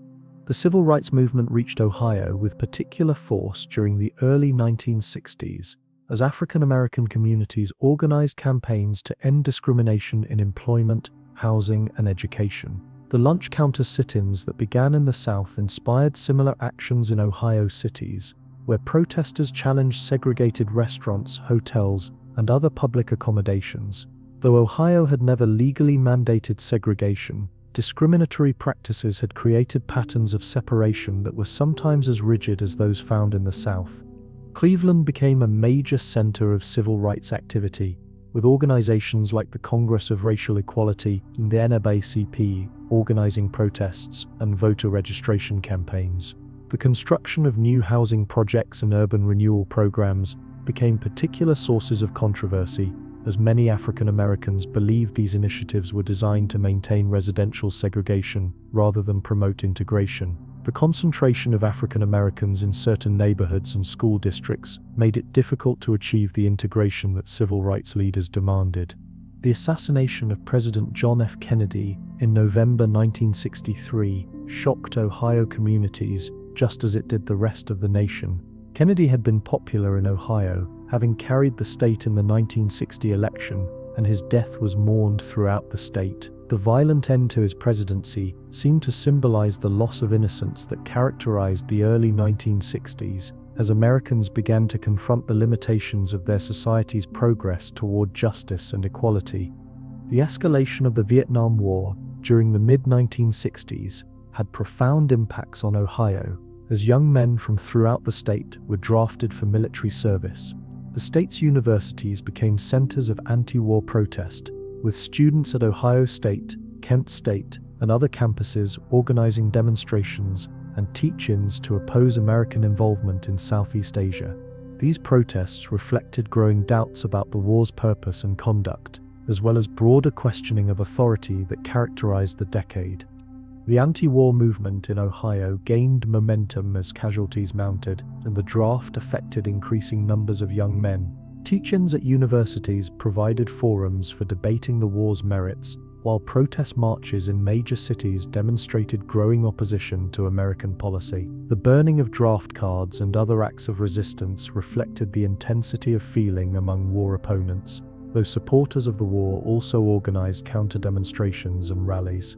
Economic changes during the 1960s began to reveal vulnerabilities in Ohio's industrial base that had not been apparent during the prosperous 1950s. Foreign competition, particularly from Japan and Germany, began to challenge American manufacturers in steel, automobiles, and other industries that were crucial to Ohio's economy. Technological changes reduced the demand for workers in some traditional industries, while new industries often located in other regions where labor costs were lower.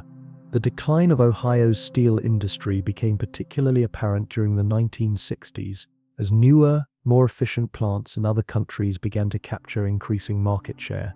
Cleveland's steel mills, which had been among the most productive in the world during World War II, found themselves unable to compete with foreign producers who used more modern technology and paid lower wages. Plant closures and layoffs began to affect communities that had depended on steel production for decades.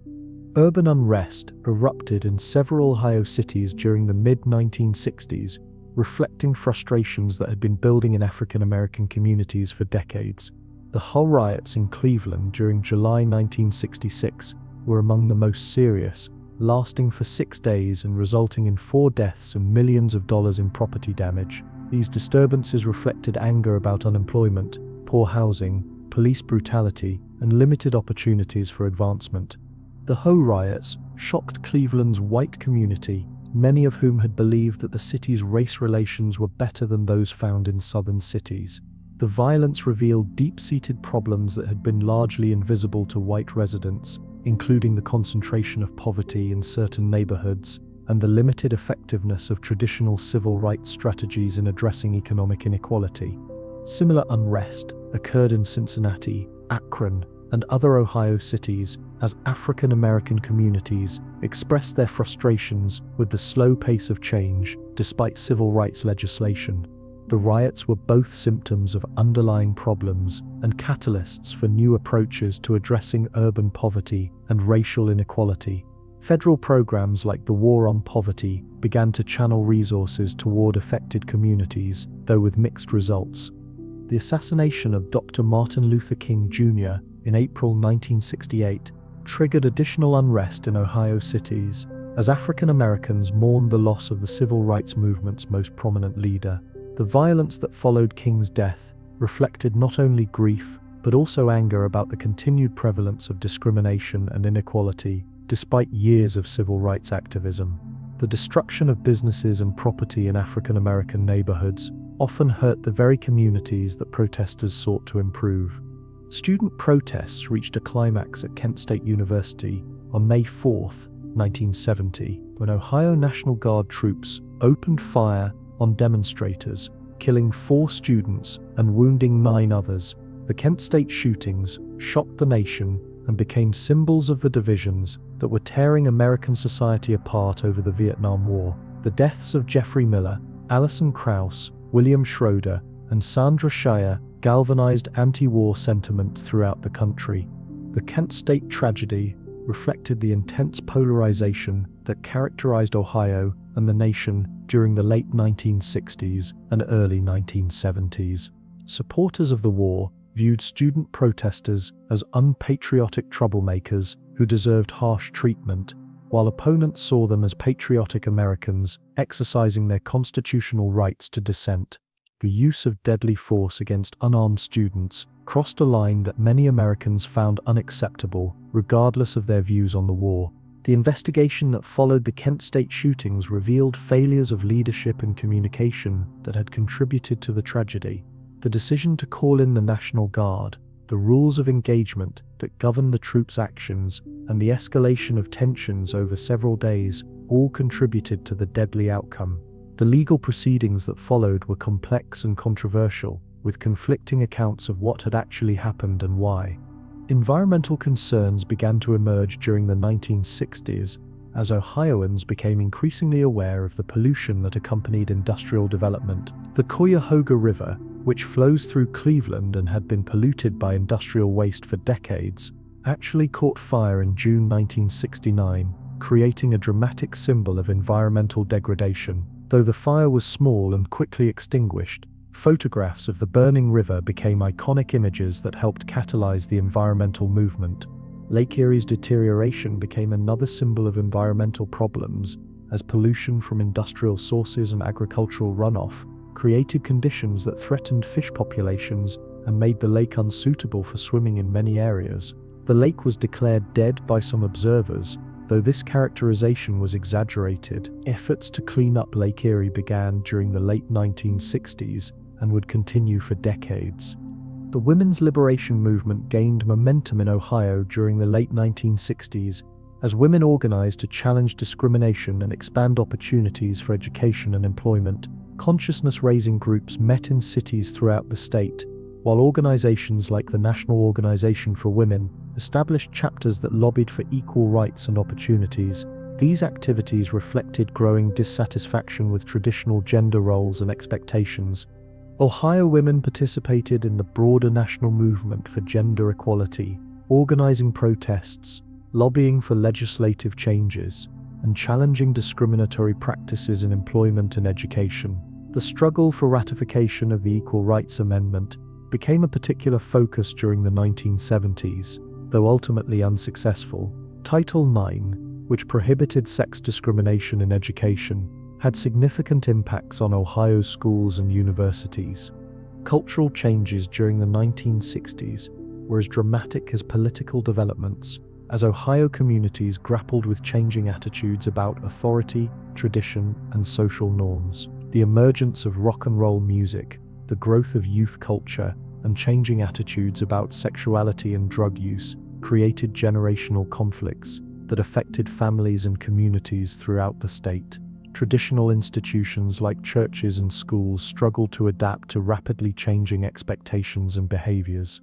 The counterculture movement found expression in Ohio through the growth of communes, alternative newspapers, and underground music scenes. Cities like Cleveland and Cincinnati developed vibrant music scenes that reflected the broader cultural changes occurring throughout the country. The Rock and Roll Hall of Fame would eventually be located in Cleveland, reflecting the city's important role in the development of popular music. By the end of the 1960s, Ohio had been transformed by the social and political upheavals that had characterized the decade.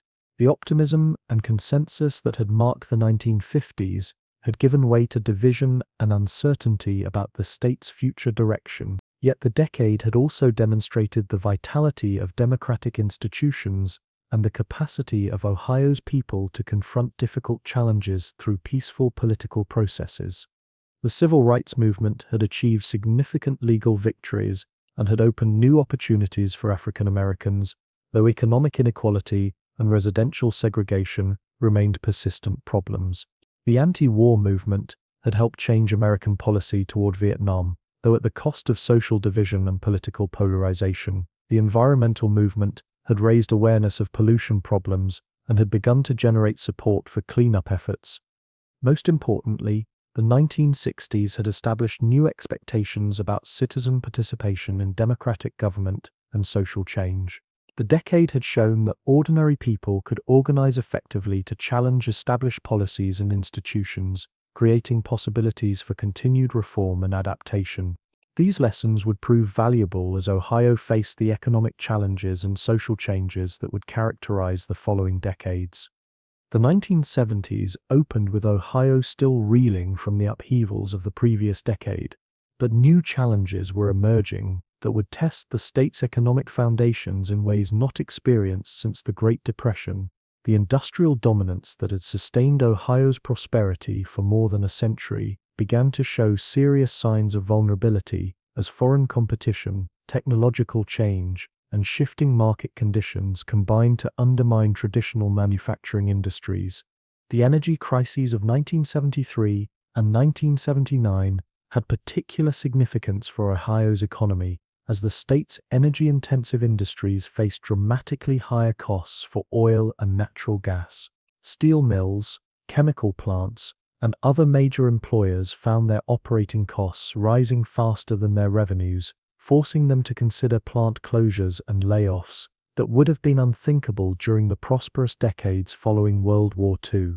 The quadrupling of oil prices during the 1970s made many Ohio industrial facilities uncompetitive compared to newer plants in other regions or countries.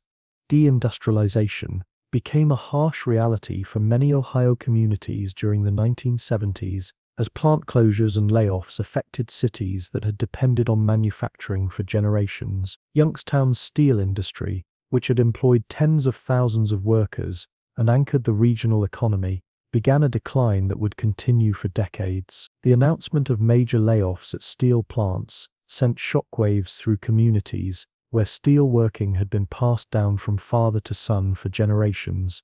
The automobile industry, which had been crucial to Ohio's prosperity throughout the 20th century, also faced serious challenges during the 1970s. Foreign competition, particularly from Japanese manufacturers, began to capture significant market share by offering more fuel-efficient and reliable vehicles than American producers. Ohio's parts suppliers and assembly plants found themselves vulnerable to these changes as domestic automakers reduced production and closed facilities. Akron's rubber industry experienced similar difficulties as tire manufacturers faced competition from foreign producers and changes in tire technology that reduced demand for traditional products. The city that had once been synonymous with American tire production found itself struggling to maintain its industrial base as companies relocated production to lower-cost regions or closed facilities altogether. Cleveland became a symbol of urban decline during the 1970s as the city's population fell from more than 750,000 in 1950 to fewer than 575,000 by 1980. The loss of manufacturing jobs, combined with suburban sprawl that drew middle-class families away from the city center, created a downward spiral that was difficult to reverse.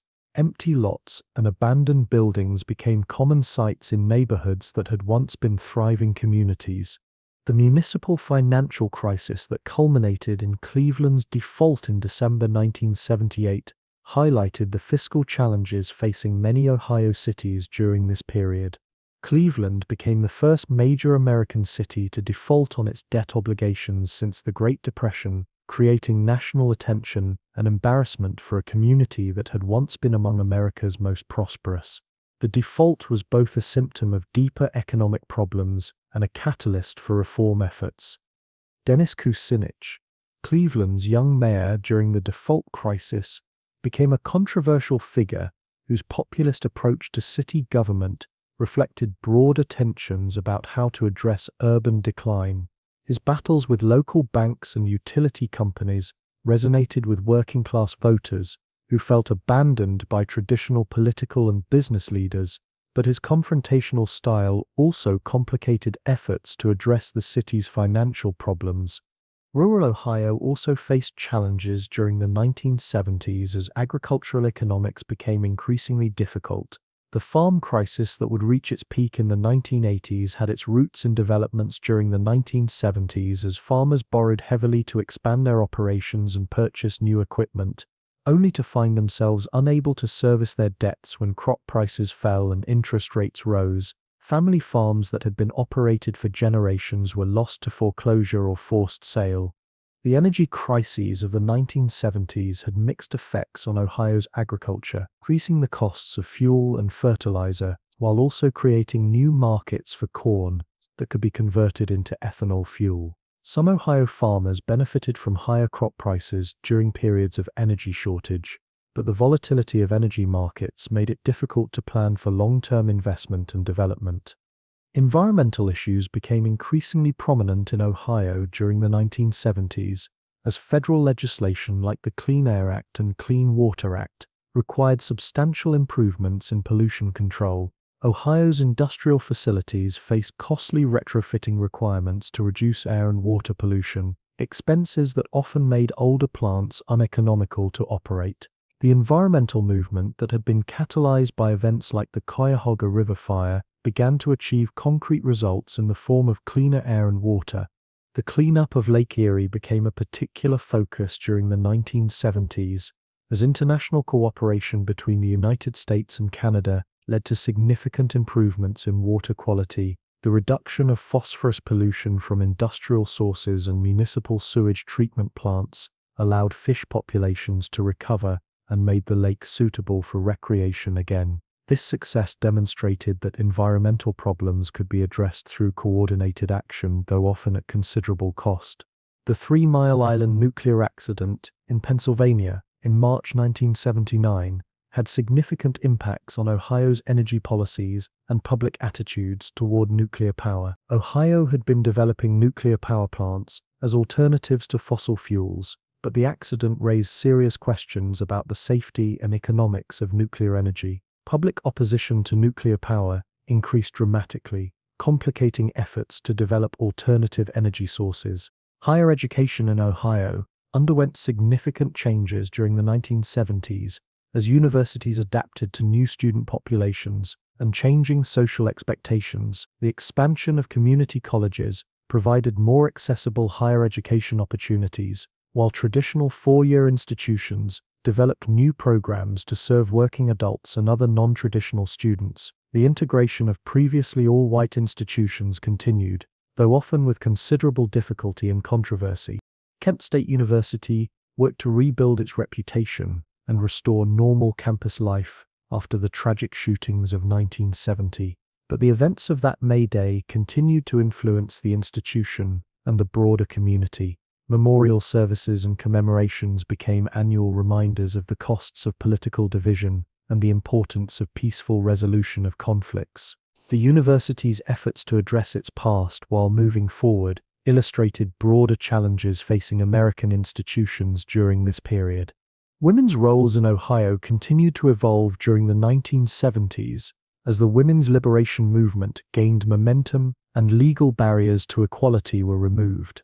Title IX opened new opportunities for women in education and athletics, while affirmative action programs sought to address historical discrimination in employment.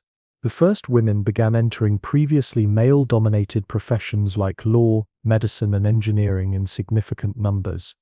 The struggle over the Equal Rights Amendment became a particular focus of women's rights activism in Ohio during the 1970s. Though the amendment was never ratified, the debate over gender equality raised awareness of discrimination and helped build support for legislative remedies. The growth of women's organizations and support networks provided institutional bases for continued activism and advocacy. African Americans in Ohio faced continued challenges during the 1970s. Despite the legal victories of the civil rights movement, residential segregation remained prevalent in many cities, while economic opportunities were limited by discrimination and the decline of industries that had provided employment. The growth of African American political representation provided some hope for change, as more African Americans were elected to city councils, state legislatures, and other offices. Carl Stokes's election as mayor of Cleveland in 1967 had made him one of the first African Americans to lead a major American city, and his success inspired other African American candidates throughout Ohio. However, the economic challenges facing cities like Cleveland made it difficult for African American political leaders to deliver the improvements their constituents needed and deserved. The busing controversies that affected many American cities during the 1970s had particular resonance in Ohio, where several school districts were ordered to implement desegregation plans that included transporting students across neighborhood boundaries. These plans were often controversial, generating protests from parents who preferred neighborhood schools and raising questions about the most effective ways to achieve educational equality. Labor unions in Ohio faced their most serious challenges since the 1930s as deindustrialization reduced membership and weakened their bargaining power. The steel workers, auto workers, and other industrial unions that had been central to Ohio's economy found themselves fighting defensive battles to preserve jobs and benefits rather than winning new gains. The decline of union membership would have long-term impacts on Ohio's politics and economy.